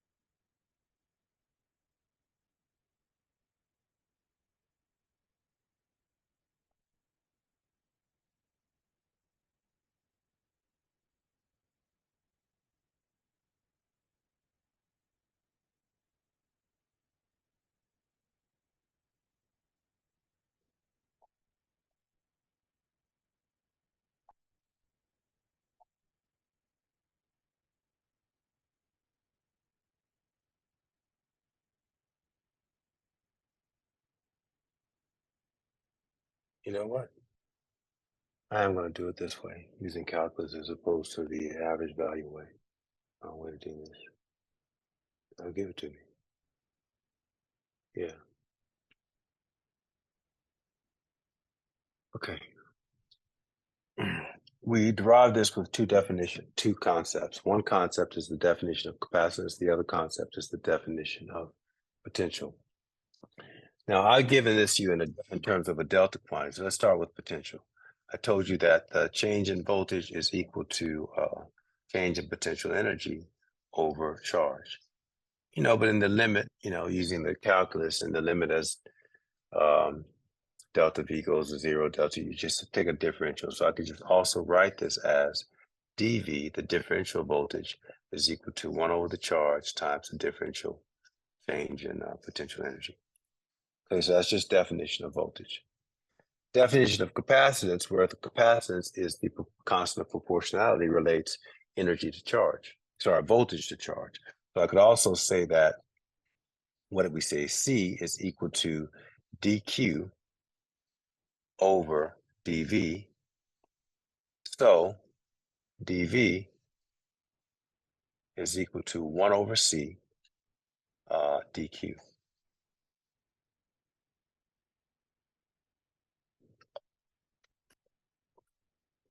And that just comes out of, again, definition of capacitance, okay?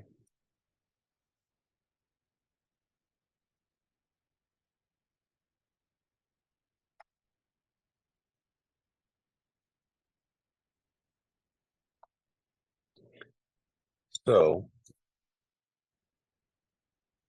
again, the base concepts are definition of potential, electric potential,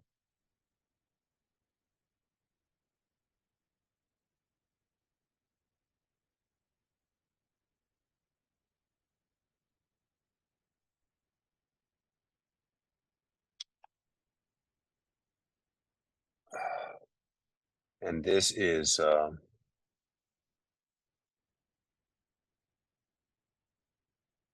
this is definition of capacitance.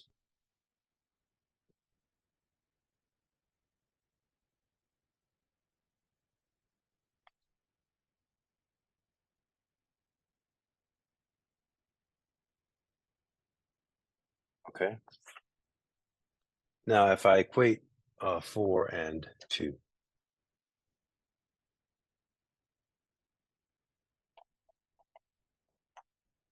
what I get then is that 1 over C dQ equals 1 over Q du.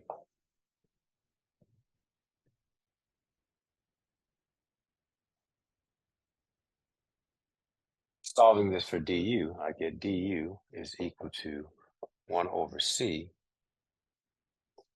Q dQ. Now, what am I doing here? Remember, this is you're looking at a battery here, where the battery is delta V, just the scenario that I set up for you whenever I introduced capacitance on Monday. This battery is providing energy, a potential hill for charge to move around and deposit itself on this capacitor. So essentially, energy is being transferred from the battery to the capacitor through the charge as the charge stores. So the change in energy on the capacitor is equivalent to the change in charge, but specific to the relationships that define them. So that's essentially this mathematical equation is an equation that's telling you how much energy is being stored on the capacitor as the charge changes on the capacitor, and we know that that's proportional or inversely proportional to the capacitance based on how these things are defined. That's what this is. So I just work out this integral, and that tells me the change in energy of the capacitor as it charges. So now I integrate. So integrate from 0 to u, right? Du, and this integrates 1 over C from Q dQ from 0 to the total charge. So total energy, U total here, what we're saying. And this is from 0 to the total charge. Okay. And so it shows you right out, that what you get is this just integrates to U total, delta U, so which is just U total because you start off with 0 energy. So you get U total is equal to, and this integrates to 1/2 Q squared. So 1 over C times in Q total, so Q total squared over 2. And this gives us the first equation for the potential energy stored in the capacitor, that it's equal to, the way we kind of write it is U equals 1/2 Q. And yeah, I gave specific values here, but I'm just going to write it more generally. Q over C, Q squared over C. So that's the first of the energy equations associated with stored energy in the capacitor, the actual amount of energy. We have 3 other versions of this equation using the definition of capacitance. Right, we can just C is equal to Q over delta V. So we can substitute out. If I substitute C into here, then I'm going to get another equation, that potential energy of capacitor is 1/2. So the Q cancels to get Q over delta V. That's another form of that equation. And finally, if I guess solve for, so here I substitute in C. If I solve for Q and substitute in Q, so it's Q squared.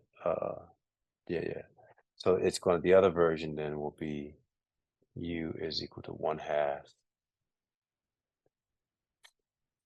Again, I just had it worked out. Yeah, delta V squared over Q, right? Come on. Q squared.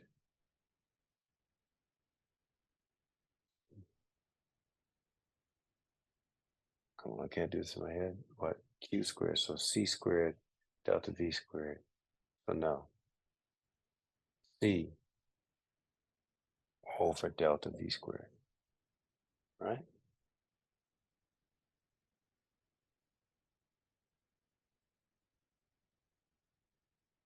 Nope.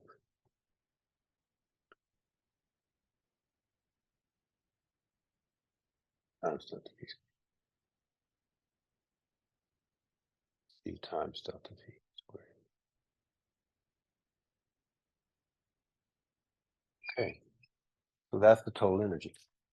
You have 3 different versions of that, of the total energy. And if I might help you with this, understanding, I have a specific point of view about this.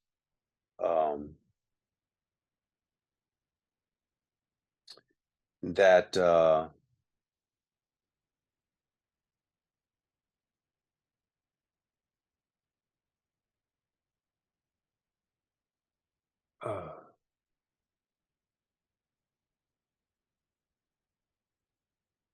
yeah,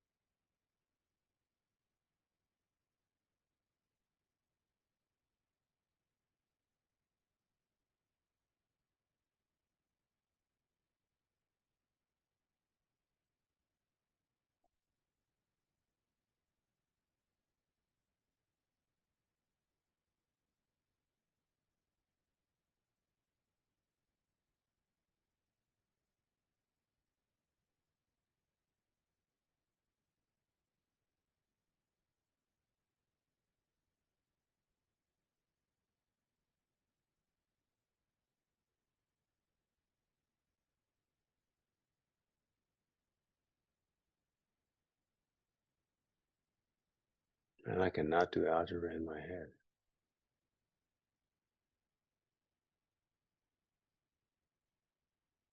This delta V has to be in the numerator. If something was off. Delta V. Hmm.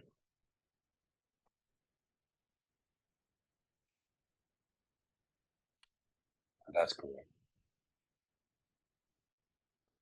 1/2 Q squared over C, 1/2 Q times delta V, and 1/2 C times delta V squared.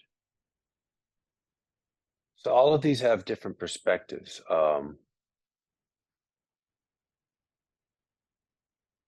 This, I guess, I kind of think of this as the perspective of the battery. This is the amount of work, energy that the battery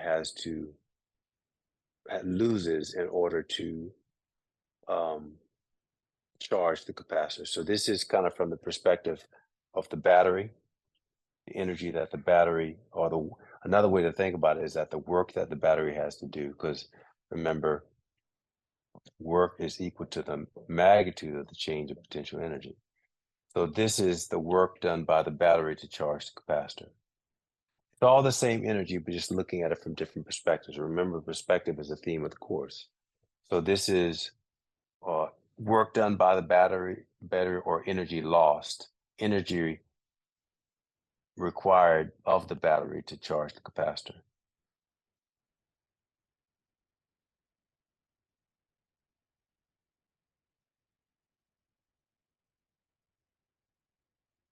Well, let's just see that. Work done by battery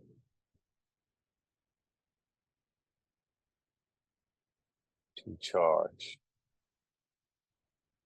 the capacitor. Okay. This perspective is going to be the charge per unit, the energy per unit charge of each charge. What do you think about it? Energy per unit charge of, well, or is it stored energy in the capacitor? I think,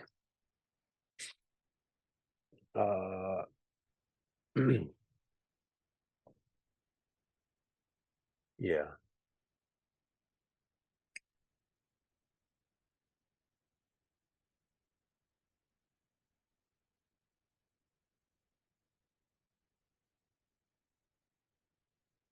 No, this is from the point of view of the charge.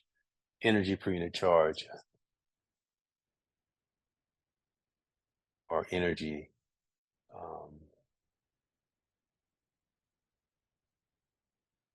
associated with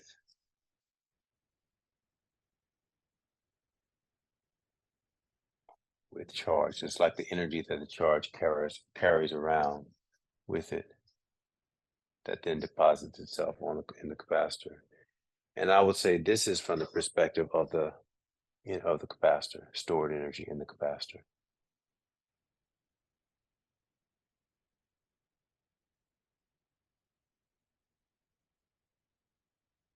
I mean, it's all the same stuff. So, you could just say that it's just energy, right? But you got 3 different equations for the same thing. So why? I mean, what's the difference? So that's what I'm trying to address here. It's just a matter of perspective. Right? Like if I take an object and I pick the object up, right?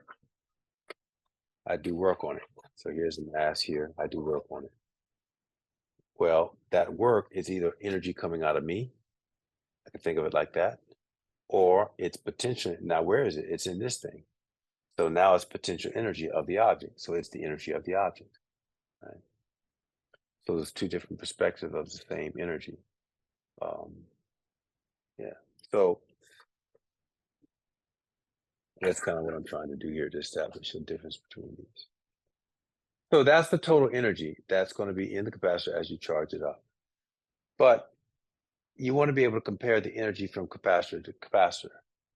And if you just look at total energy, you really can't do that because it's hard, right? Like you could have capacitors made out of different materials so that even though they have the same energy, one is smaller than the other. So that means one capacitor is actually more powerful than the other. But if you're just looking at total energy, they have the same energy. So there's no way to determine that just from looking at, just from the quantity of energy. So what we then define is energy density, the amount of energy stored per unit volume. And therefore, no matter what the size or the material that's made, you can compare basically the capacity of the energy of the capacity of the capacitor to store the ability of the capacitor to store energy relative to another capacitor. So energy density is then defined. And so I will start my derivation of energy density with starting with, I guess, this relationship right here, number 12.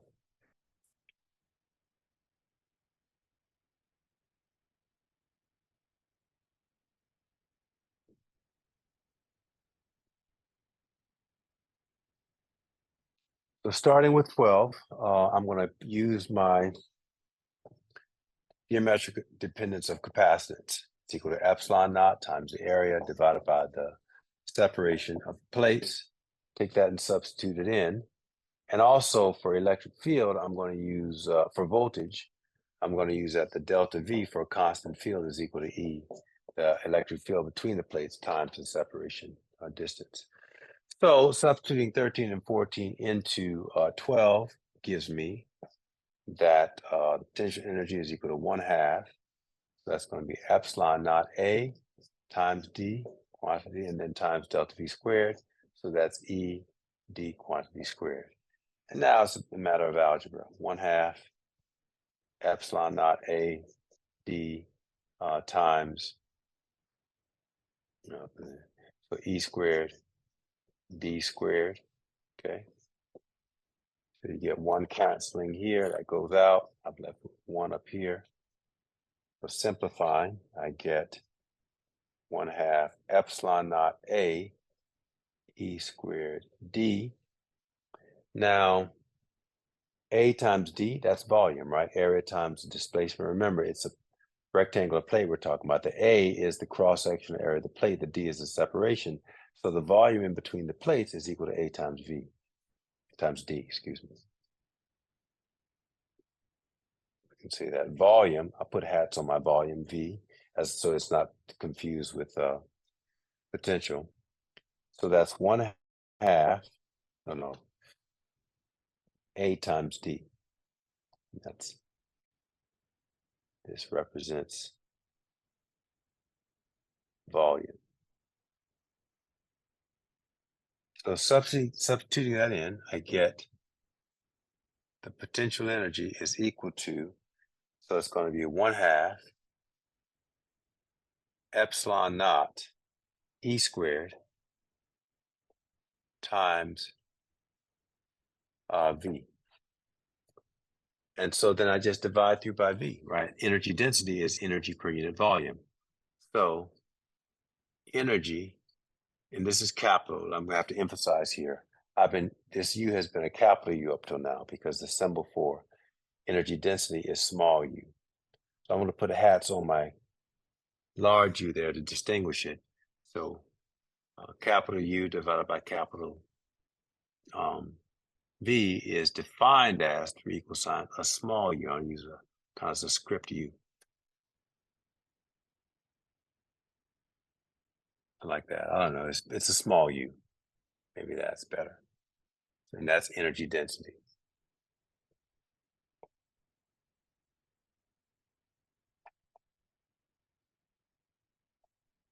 And so then the energy density is equal to basically what's left. It's going to be the 1/2 epsilon naught times E squared. And there you go. That's energy density. So the total energy of a stored in a capacitor is defined by these three equations. The energy density is defined this way. I guess there's a couple versions of that as well, I believe. You could use what's done. I'm thinking of something else or this. I guess you could do it in terms of potential using this equation. I think that's done sometimes, but using the total potential between the plates as opposed to field. Yeah, that's done. You substitute that in, you're going to get delta V squared over D squared. I think, yeah, but I'm just leaving it like this because there's one property that's kind of nice. You see that the energy is proportional to the square of the field. That's the thing. It's a thing that you'll see symmetry with electromagnetic waves as well.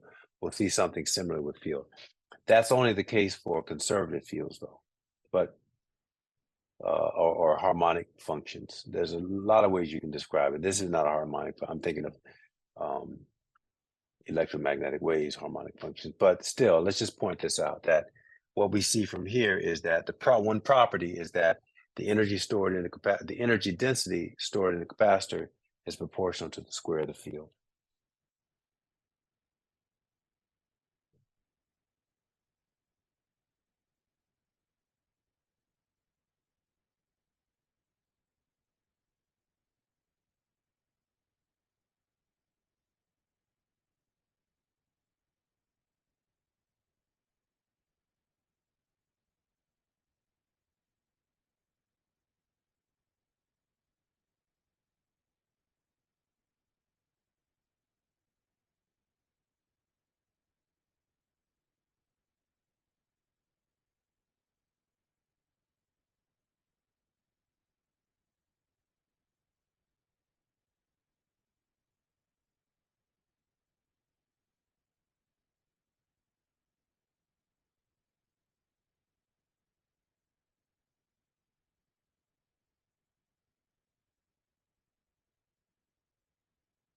Okay, and we'll leave it at that.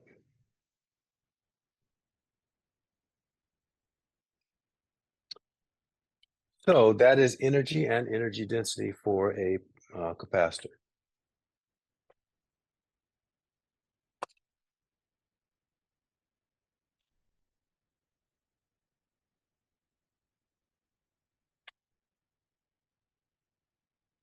Mhm.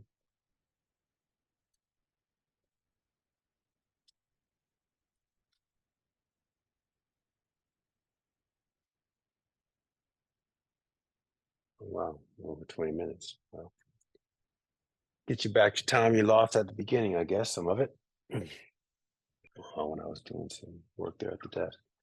All right, so that gets us to I guess we still have some talk about dielectrics and also this last couple of examples of the coaxial cable. I may add that on. I want to try to get that done by the end of the week, so I may add that on as addendum lectures. So look for something being added on there. And I'll label it accordingly.